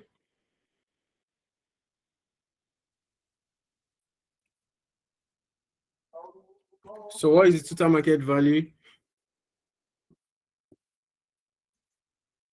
We add these two together. What do you have? 5. 3 what? 3 what? It's 7,000. 37,543. 43. 43. Okay. So this is what we have as the total market value. So whichever one, forget SFM did not have one direction, no, right? That is why I said another person, someone can decide to, you can use this, you can use this, you still have the same thing. But just pick what will be works for you, right? What will works for you, just pick it. So this is the free cash flow for PACO. Don't forget, the requirement says that we have to determine for the individual. For you to determine synergy, you need a free cash flow for individual before acquisition. Then you cannot do after acquisition. Then before we can now look for the what? The synergy class. So the next is we would determine the same thing. RT, right? We determine the free cash flow to the firm for the what? For RT. Then we will now do the combined company. So it's very big work, right? But it is well. So since we have this structure, I can copy this and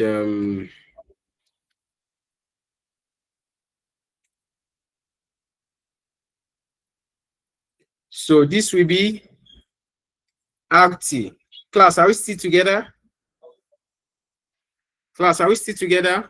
Yes, sir, we are together.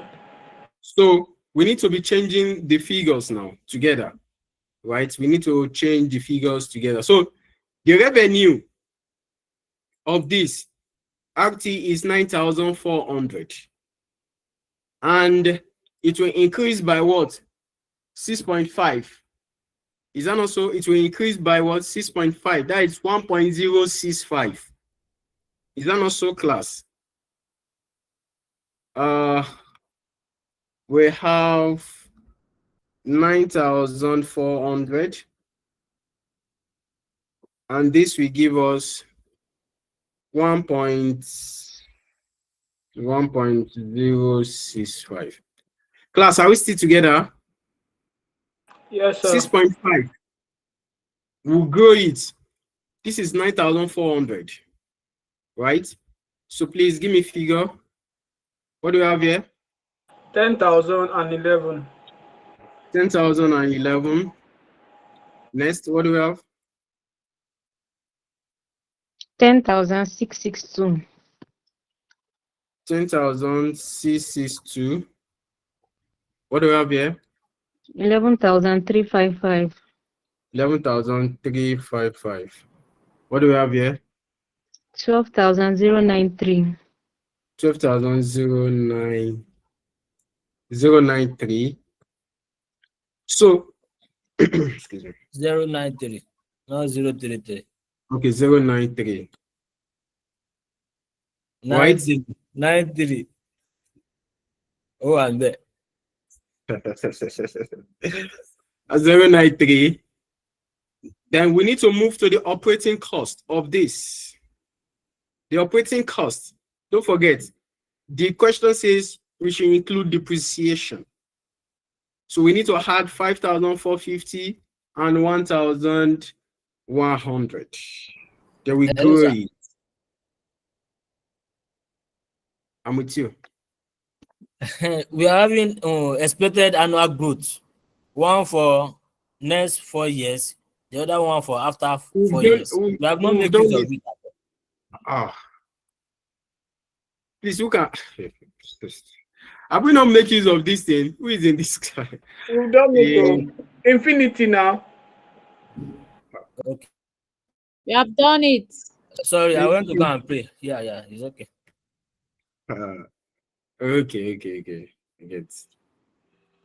So, if you had 5,450 and 1,100, we have to grow it, right? So, we move here. Is it 5,000 or what, Seth? Let me see. 5,450 plus, what is the depreciation? 1,000 naira. So we have to grow it by 6.5. So what do we have here? 6,979.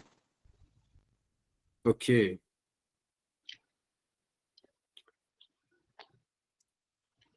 Six, 9, 7, 6. Yeah. So what do we have here? 7,429. 7,429. What do we have here? 7,912. 7,912. What do we have here? 8,426. 8,426. What will be the operating profit? What do we have here? 3,035. 3,035. What do we have here? 3,233. Mary, you don't do from house. No, I deserve as not the top now. 3,000 what? 233. 233. Okay. What do we have here? 3,443. 443. What do we have here? 3,667. 667. So what is the 30%? 9,011. 911. Next. 970. 970. Next. 1,033. 1,033. Next.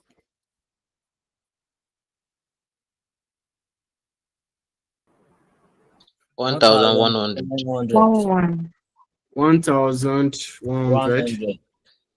So what is the profit after tax?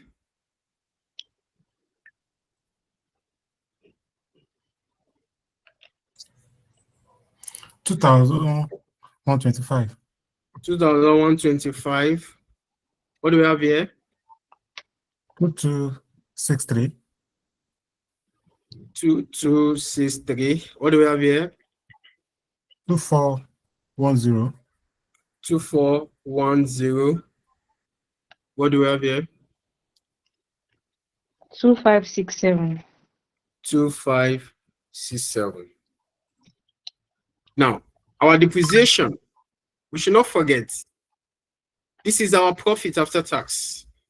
we need to add back our depreciation. And our depreciation I'm sorry, for year one is 2,124. Is approximation. Is it 2,124 or 2,125? Whichever one. 2,124. Okay. Which one should you want to use? Is it 2,124? We should we use 2,124? Yes, sir. By then looking at it is 2,124, sir. Okay, no problem. It's fine. So the depreciation, we should not forget, we have to add back non-cash items. Depreciation is non-cash item. Amortization, if we are given interest to be grown, right? In this question, the interest, they didn't give us information about the interest. So we have to ignore it, right? And that is the reason why we did not use it to determine our profit after tax, because we are not given information as to how the interest will grow for 4 years. Class. So the depreciation is this, and it's going to grow by this 6.5. So what do we have here? 1,100. Class, this is it to depreciation. Can you see it? 6.5. You've added it already.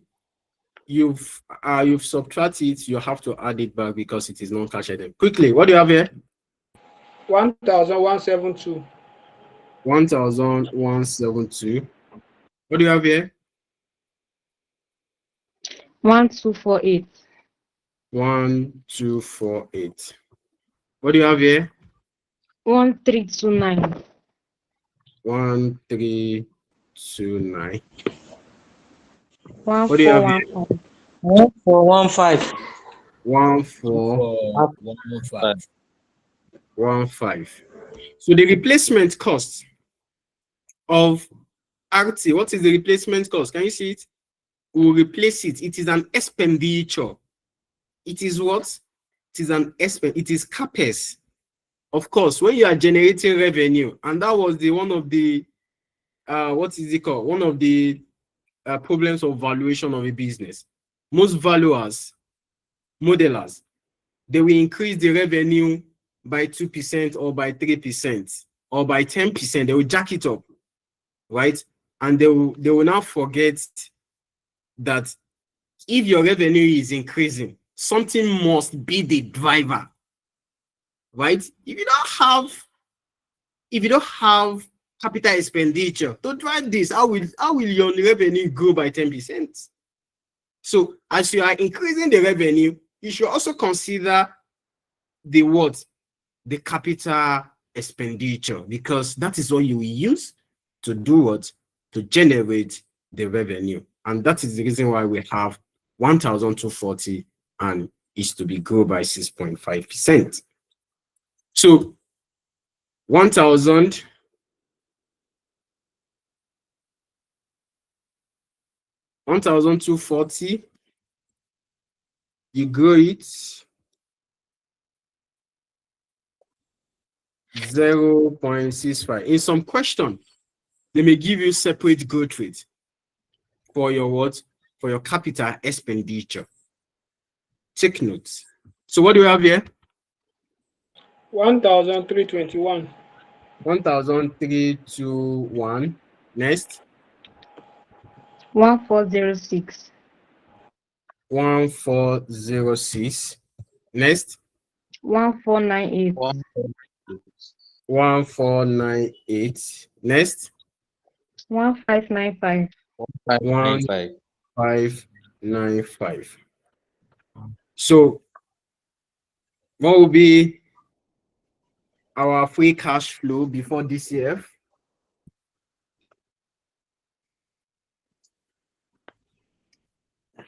$1,975. Okay. 1,975. What do we have here? 2,105. 2,105. What do we have here? 2,241. 241. What do you have here? 2,387. 387. 87. 2,387. So we have to discount it. We have to determine the RT weighted average cost of capital because it is free cash flow to the firm. Is that not so, class? We have to.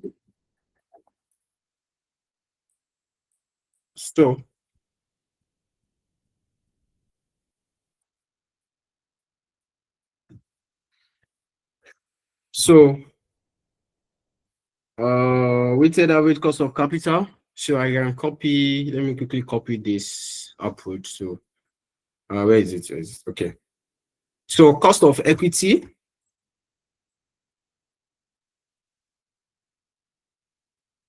Because we have different beta, cost of equity.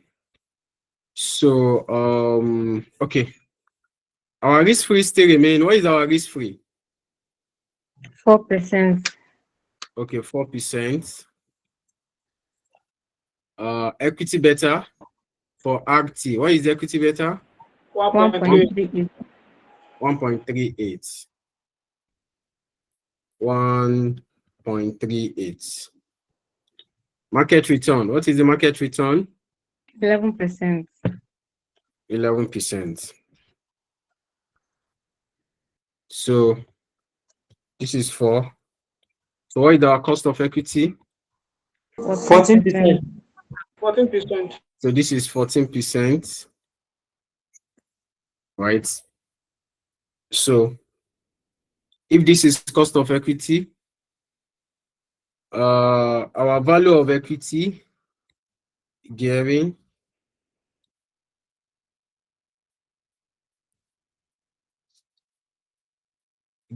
is debt plus equity. Value of debt,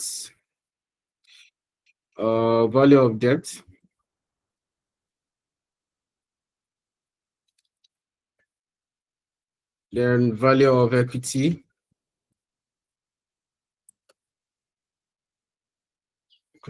so my mouse, my keyboard not work. That's why this class is too slow. Like they're not even fast at all, but it's fine. This is 132. So our cost of debt is 5.25%. okay. Before that, what is our level of gearing? Our market value of debt is 55%. Market value of debt is 55. What would be our equity class? 45. Okay, is that correct? Yes, sir. Okay, 45. You should not forget this. This will be 55. This will be 55. This will be 45. The numerator must be equals to 100. Take notes. So now we move to the cost of debt. Of course, we have to adjust because it is pre. I didn't mean it is after. We will not have adjust for anything, right? So we're given to be 7.5%. Right? 7.5%. 1 minus tax rates.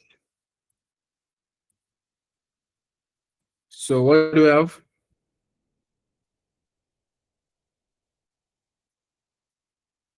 What do we have? 5.25. 5.25% or 0.0525, right? Is that correct? 0.525, right? Okay. Yes. So next, we need to build up the work using this formula. Work.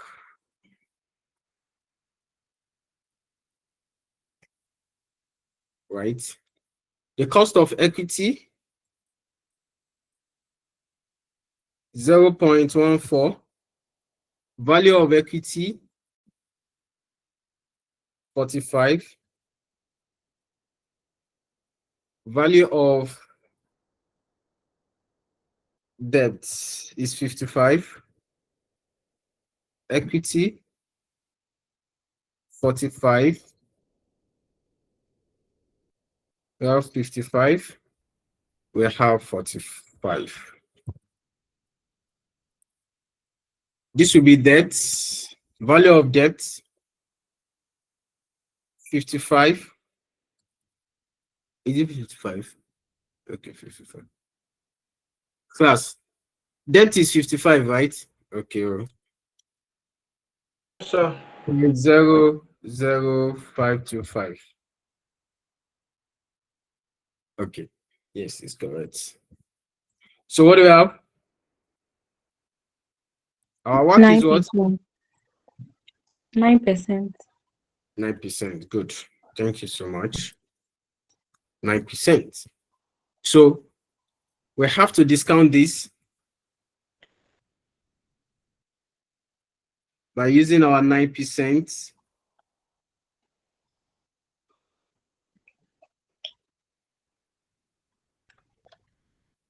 %, right? So what do we have here? 0.917. 0.917. What do we have here? 0.842. 0.842. Oh, 842. So what do we have here? 0.772. 772. So what do we have here? 0.708. 708. Okay. What is the free cash flow? The present value of the free cash flow?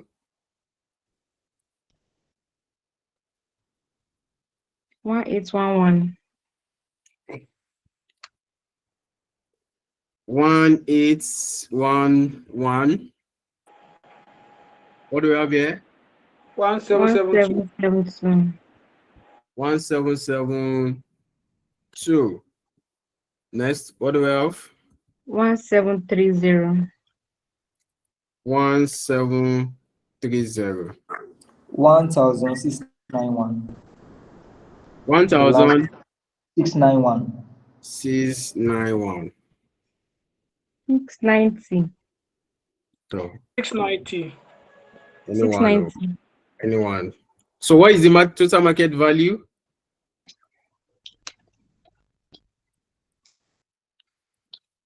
From year 1 to 4.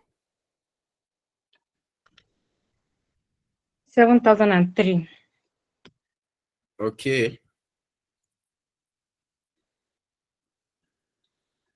7,003. So what would be the 4 to infinity? Year 4 to infinity, which is the terminal value. So we're told that the growth rate, this is it, Mr. Razak. After 4 years, we can now use this as terminal value, which is 5 years, 5%, sorry. So we can have 1,690 times the terminal value is 5%, 1.05, right? So divided by, since it is WACC, so WACC minus the growth rates, 0.09 minus 0.05.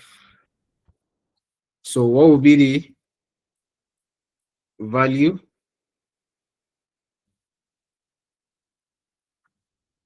44,363. 44,363. 363. 44,363.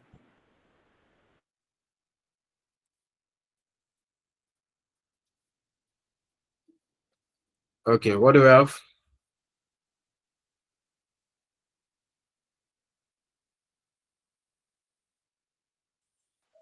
We add this together, what do we have? 51,000. 51,366. 61. 51. Okay. 51. 360. 360. 360. 366. Okay, 56. Okay. 66. Ah. What 51. are you saying now?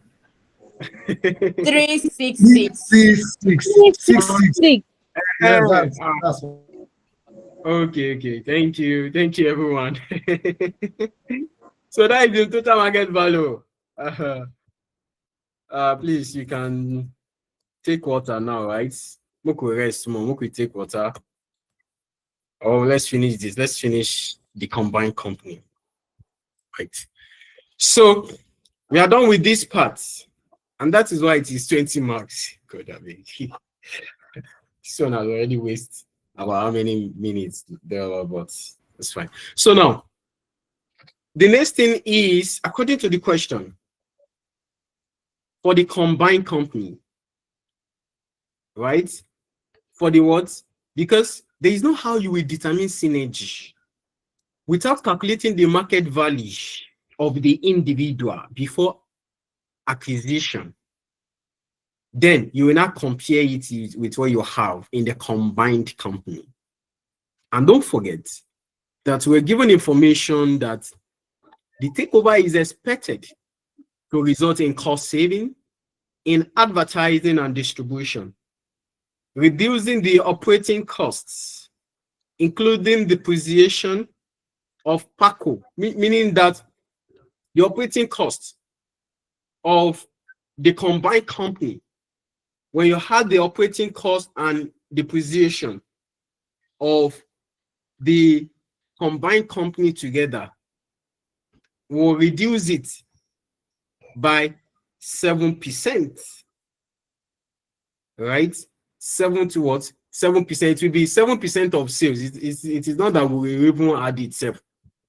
Class, that is where you need to unlock.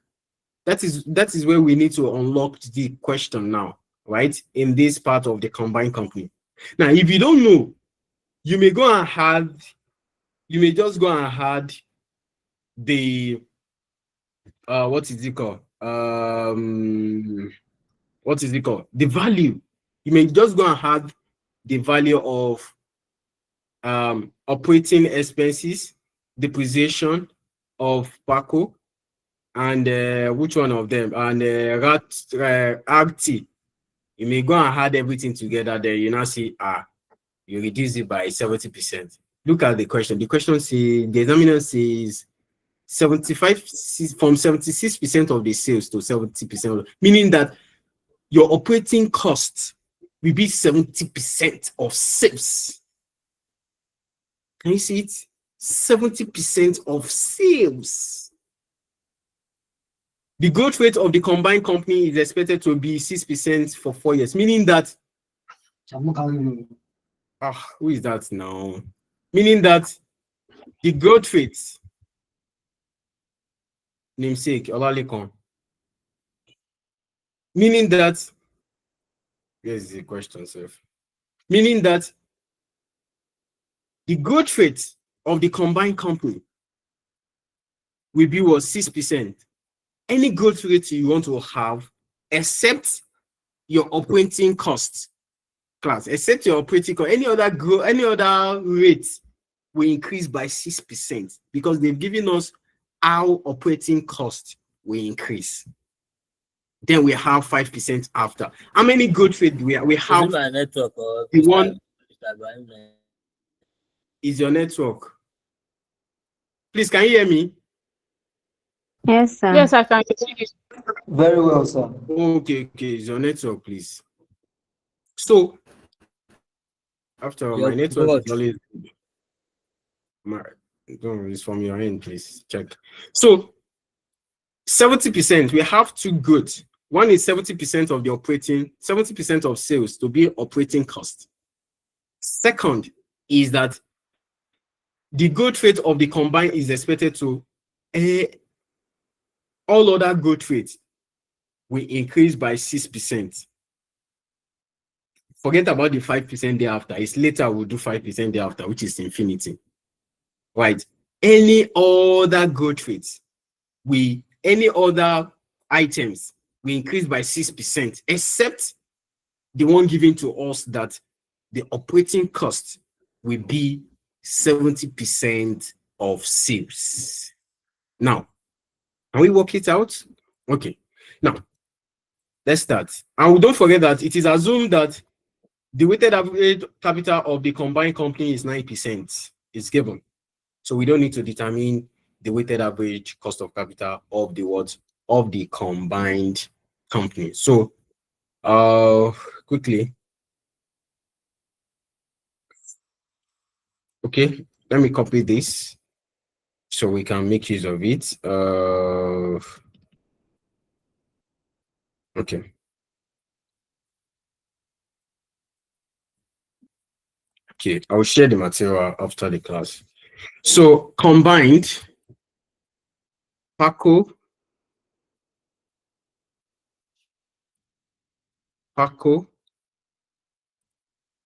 and RT. Determination of free cash flow to the firm. Now, of course, we need to start with sales because we still determine the free cash flow. Now, the question now is, this is combined company. Add the two sales together. It is combined, right? Don't forget, we're going to determine profit after tax, but we have to start with sales. So we'll add it together. The first one, what is the first sales? What is the first sales? Quickly, class. 14,000. No. The first sales.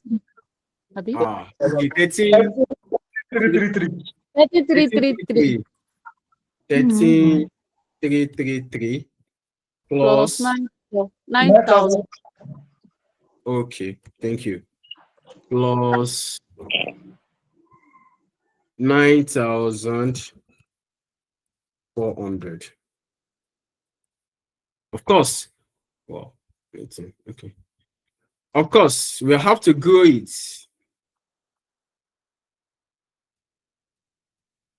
Times. Now, let's quickly go back. They said the examiner says your operating cost will be 70% of sales. We know. But now, any other growth rate is expected to be 6% for 4 years. Can you see the growth rate of the combined company is expected to be 6% year for 4 years? The growth rate. Now, 6%, 1.06. What do we have? 24,097. Okay, a minute.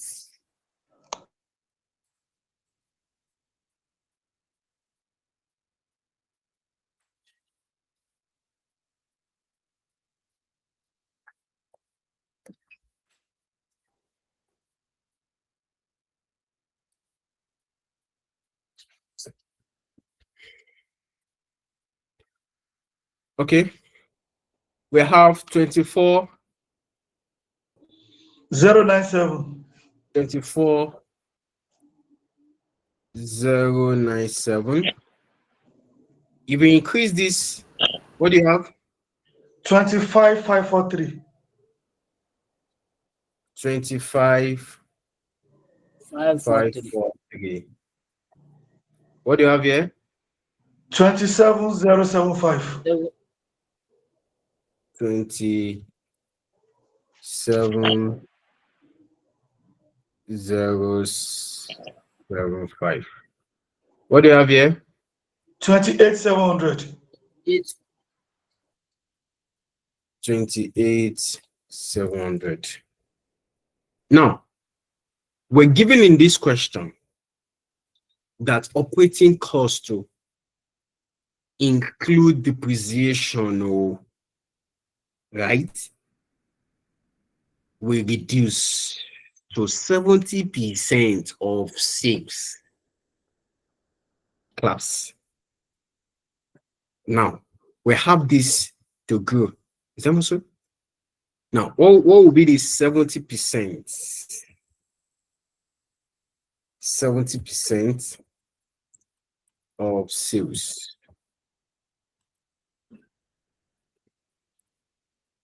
So let's start. What is the 70%? 16,868. Okay, thank you. 16,868. 868. 70% of 25. What do you have? 17,880. 17,887. What do you have here? 18,953. 18,953.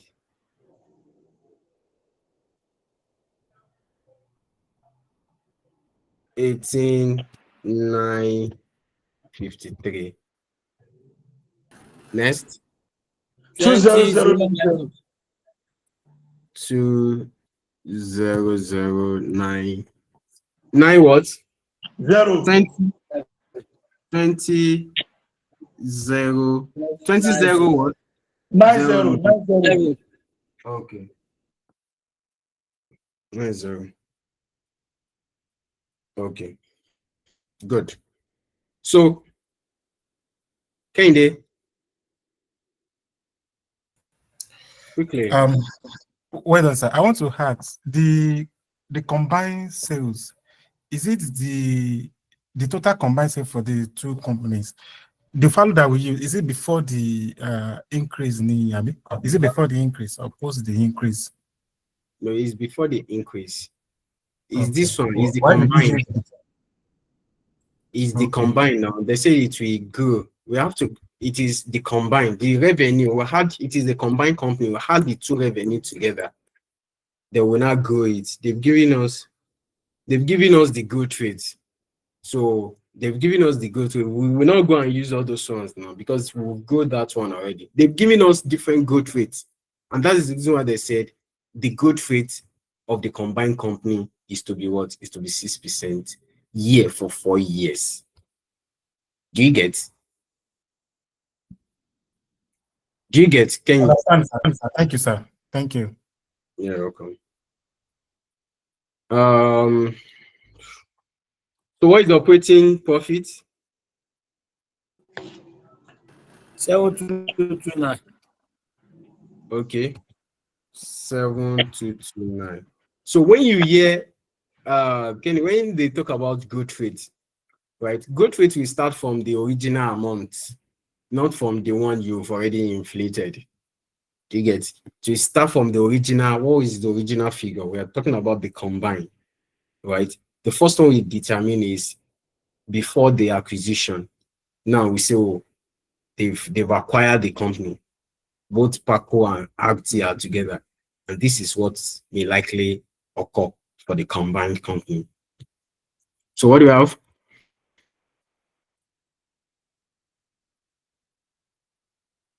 Seven six six three. 7,663. Next, what do you have? 8,122. 8,122. What do you have here? 122. 8,610. 8,610.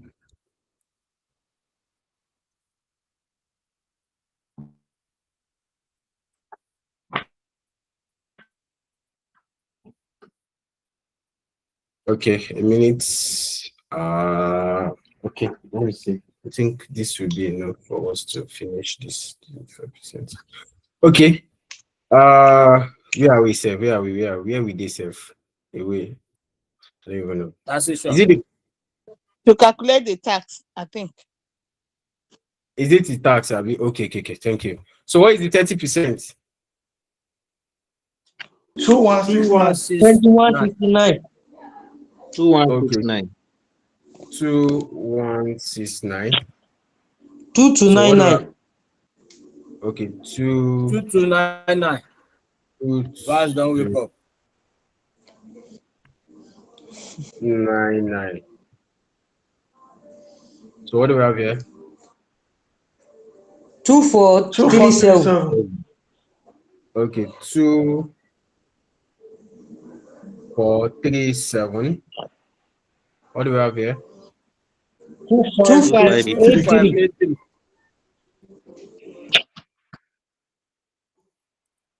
2583. What's your name? Me, I don't tire. Chai. This is 155. Sorry. Your reward is 11. I did play. Yeah. Oh, come on. We are still going to 3 p.m. You say? You say? Sorry, Brian. Your reward is 11. Brian, you are on fire. Let's fire. Mr. Ibrahim, Mr. Ibrahim, Your mind is not here. Your mind is in that wedding. Today I'm not on fire anything. I don't Mr. gas out. Mr. Ibrahim. Eh? Yeah. Mr. Ibrahim, this ingredient that we brought today must finish you. Abina. So what is profit after tax? Profit after tax. Mr. Ibrahim, you're supposed to go that way because you too, when you do your own. 5,060. 5,060. What do we have here? 5364. 5364. What do we have here? 5685. 5685. What do we have here?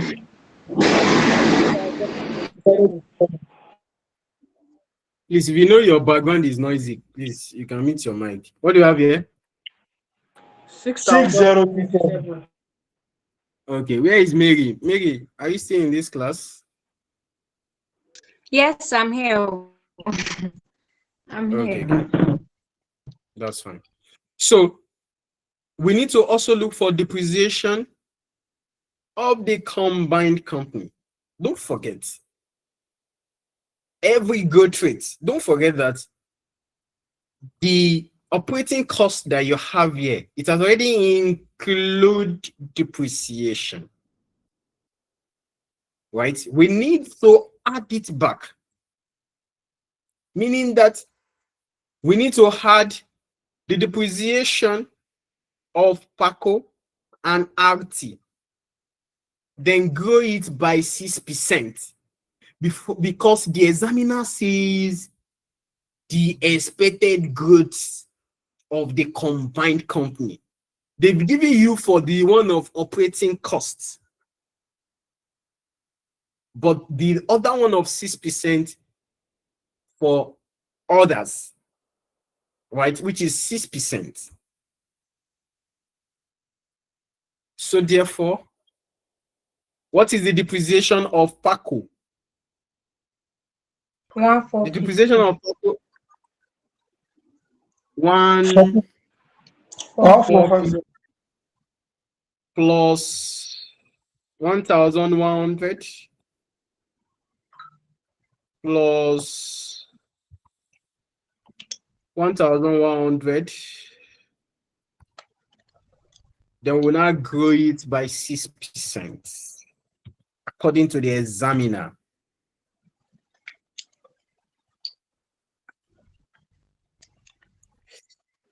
Oh, okay. So what do we have here? 2703. 2703. What do we have here? 2867. 2, 8, 6, 4, right? So what do you have here? 6, 5. Okay, 6, 5. 5. Okay, what do you have here? 3, 3, 0, 0, 3, 7. 3, 0, 0. 3. 3, 7. Okay. Next, what do we have? 3, 2, 1, 9. 3, 2, 1, 9. Now, we need to go back and check the capital expenditure. We need to add the two capital expenditure together so that we get the combined company. 1,600 plus 1,240 will grow it by 6%. Remember, it is combined company. 1,600 plus 1,240. We grow by 6%. Okay. So the replacement of the first one is what? 1,000 what? 600 plus 124. 124. So we're not growing. 124 and 1,240. Anyone? 1,240. 1.06.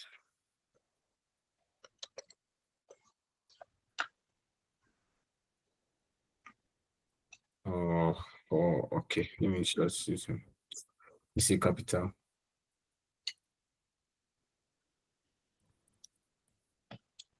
Expenditure. That's it enough.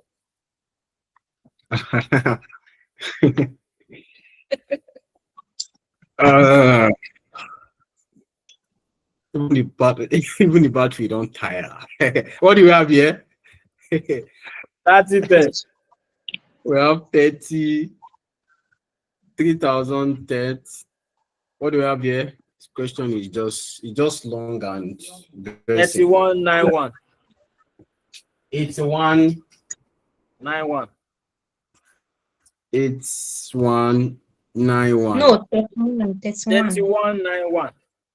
3191. Yes, I mean it. 3382.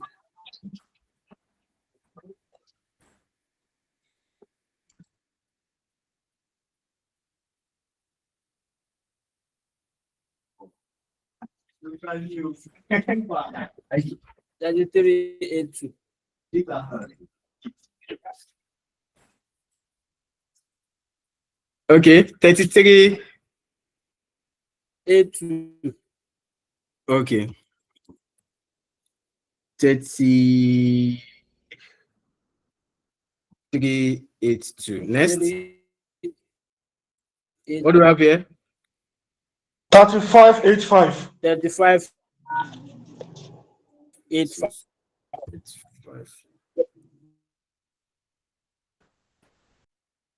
Okay. So, what do we have here? 4753. Okay. 4753. What do you have here? 5038. 50038. What do you have here? 5340. 5340. What do we have here? 5661. 5661. So luckily, the percentage of the combined company given to us is 9%. Right? Is 9%. So what do we have? What is the free cash flow? What do you have here?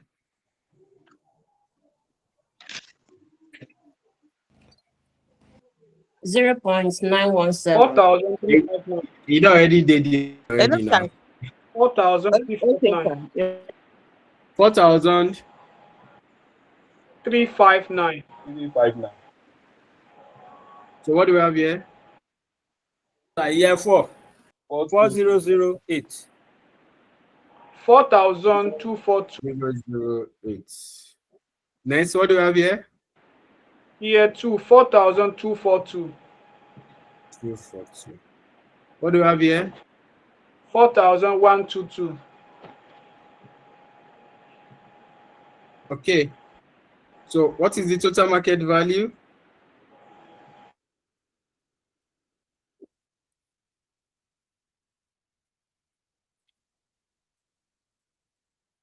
$16,731. Total market value.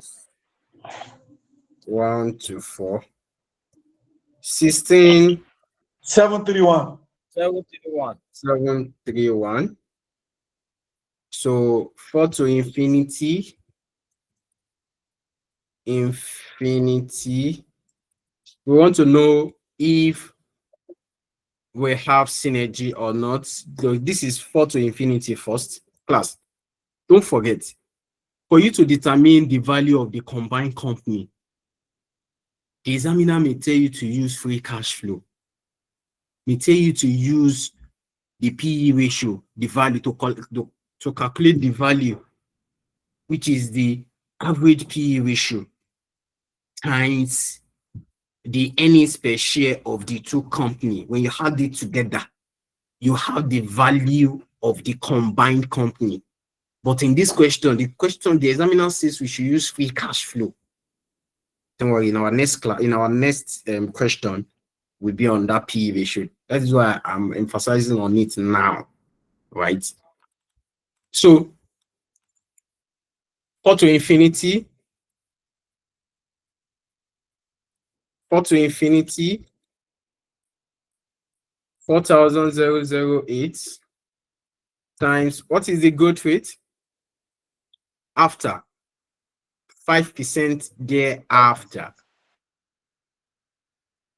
5%, 1.05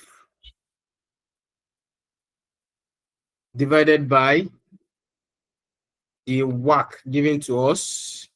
If you use cost of equity to discount, you minus it like that, right? But this is WACC. Minus 0.05. What do you have? 105,210. 105. 210. 105, 210. Therefore, what is the total market value of the combined company?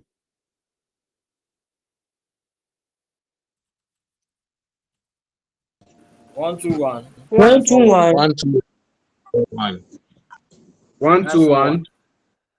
941.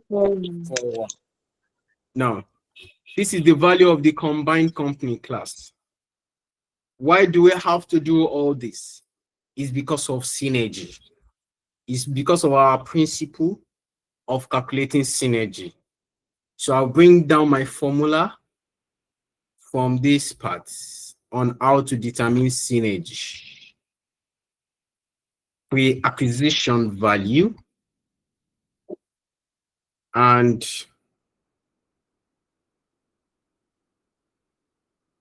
okay, FM, okay. I think I have their class. Okay, 5 p.m. Okay. So pre-acquisition to determine synergy. Now, what is the value of the main company? Pre-acquisition. 37,543. 37. Look at it here. Look at it. 37,543. Right? 37,543.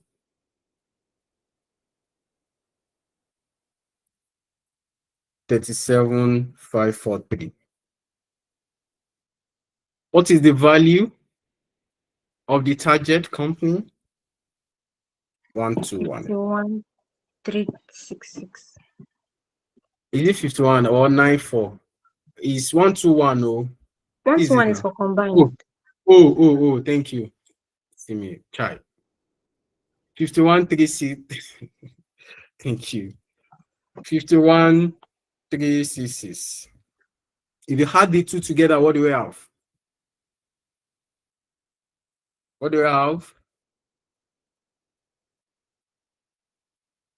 88,909. 88,909.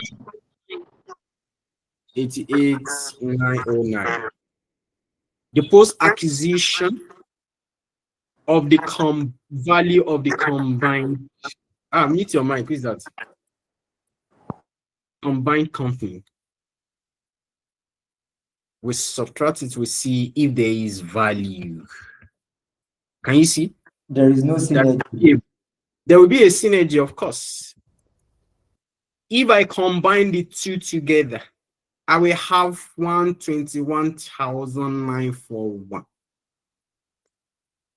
Whereas if each of them, if they stand on their own, they will have total value of 88. So it will be better for me to acquire RT, because it will lead to value, increase in synergy. What is the difference? 3309. 33,032. 33,032. This will be the value after acquisition. It will lead to synergy if Paco acquire RT. That is why we say 2 + 2 is equals to 5. So this is what we have been looking for since all this while. Thank you, Lagbo alone. Wow. Right? Meaning that if Paco acquire RT, it will lead to synergy of 33,032. So it is what it is. Okay, question, please. You can mute your mic quickly.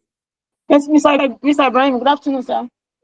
Good afternoon. Thank you for the lecture. Please, I want to ask, can you please take me to the question why you are using discount factor as 9%? Then why you are Because growing it is stated that right? the weighted average cost of capital of the combined is 9%. Oh, good. So why do you use 1.06 to grow the depreciation and the capital expenditure? That is, the examiner says the growth rate of the combined company is expected to be 6% per year for 4 years. Okay, thank you. So any other cost will grow by 6%, except the one of operating costs given to us to be 70% of the sales. But Mr. Ibrahim, in that operating cost that they said 70%, and they indicated including depreciation. Yes, this operating cost that you have here, it includes depreciation. That is what it means. When you are separating the depreciation part of it now that you are adding, you will not use the 70%. No. This 70% operating cost, including depreciation. Yes, sir. It's 70% of sales. Okay. Depreciation has been included here already. Yes. So that is why we bring the depreciation of the two companies. This plus this, then you grow it by 1.06 because it is stated that they will grow. I thought they will grow it by that 70%. No. Examiner says 70% of sales.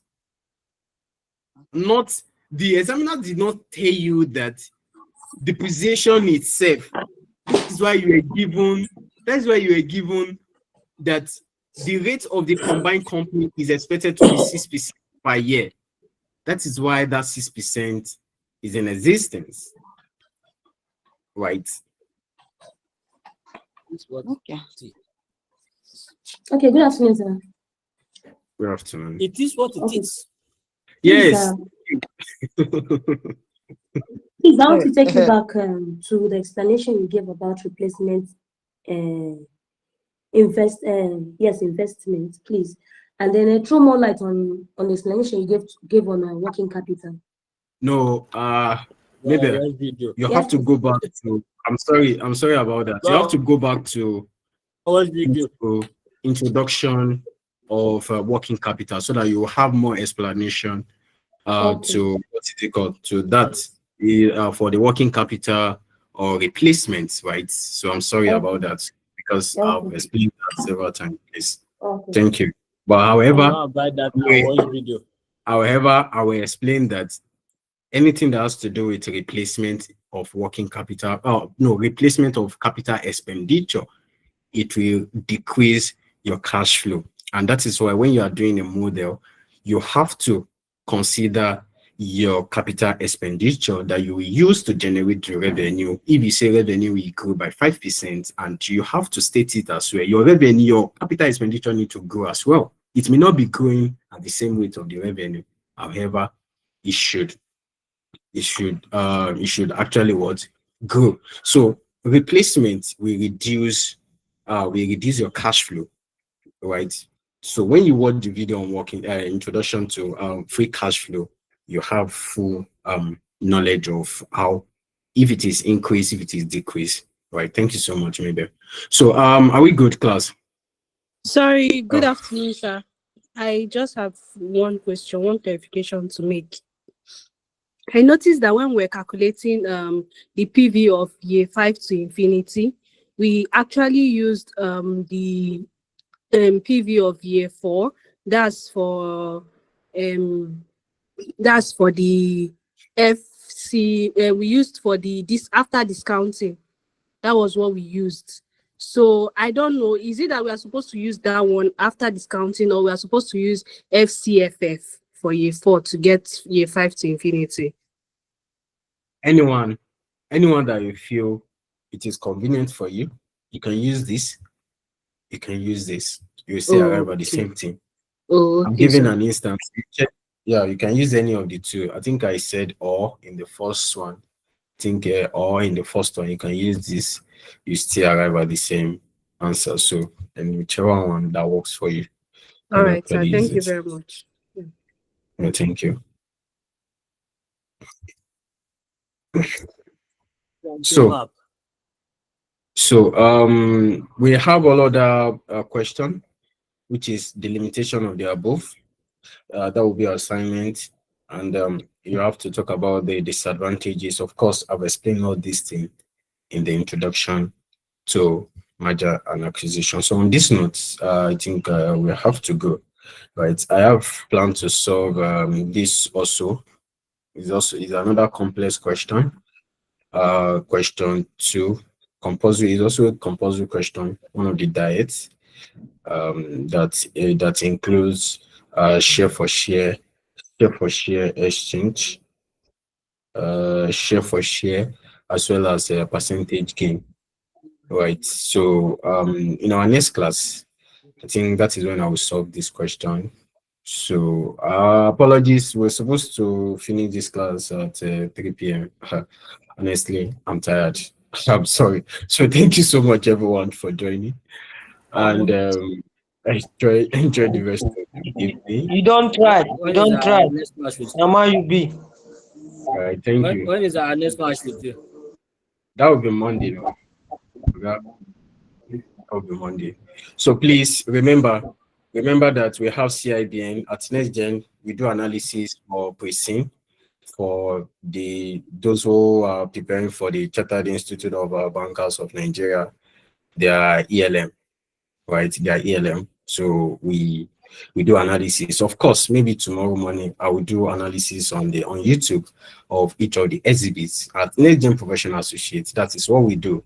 We mostly we focus on finance and tax, right? So that is why anything that has to do with analysis, valuation, and modeling, and all of that training that has to do with tax, we do that, right? So if you have anyone that is preparing for ELM, which is the exponential learning module for CIBN, or maybe case study at CITN level, case study at ACCA level, which is strategic business leader, as well as the ICANN level, right? We do all the analysis at Next Gen Professional Associates. So, all right, thank you so much, everyone, for joining. And our intensive class will commence on the 20th of October, right? Different questions. So, Abbas, quickly, Abbas. I'm fine. Okay. So thank you so much, and see every one of you at intensive class on 20th of October, right? On 20th of October. So with different questions. So I will send the topic per day to the group on or before evening, right? On or before maybe 6 p.m. I'll send it.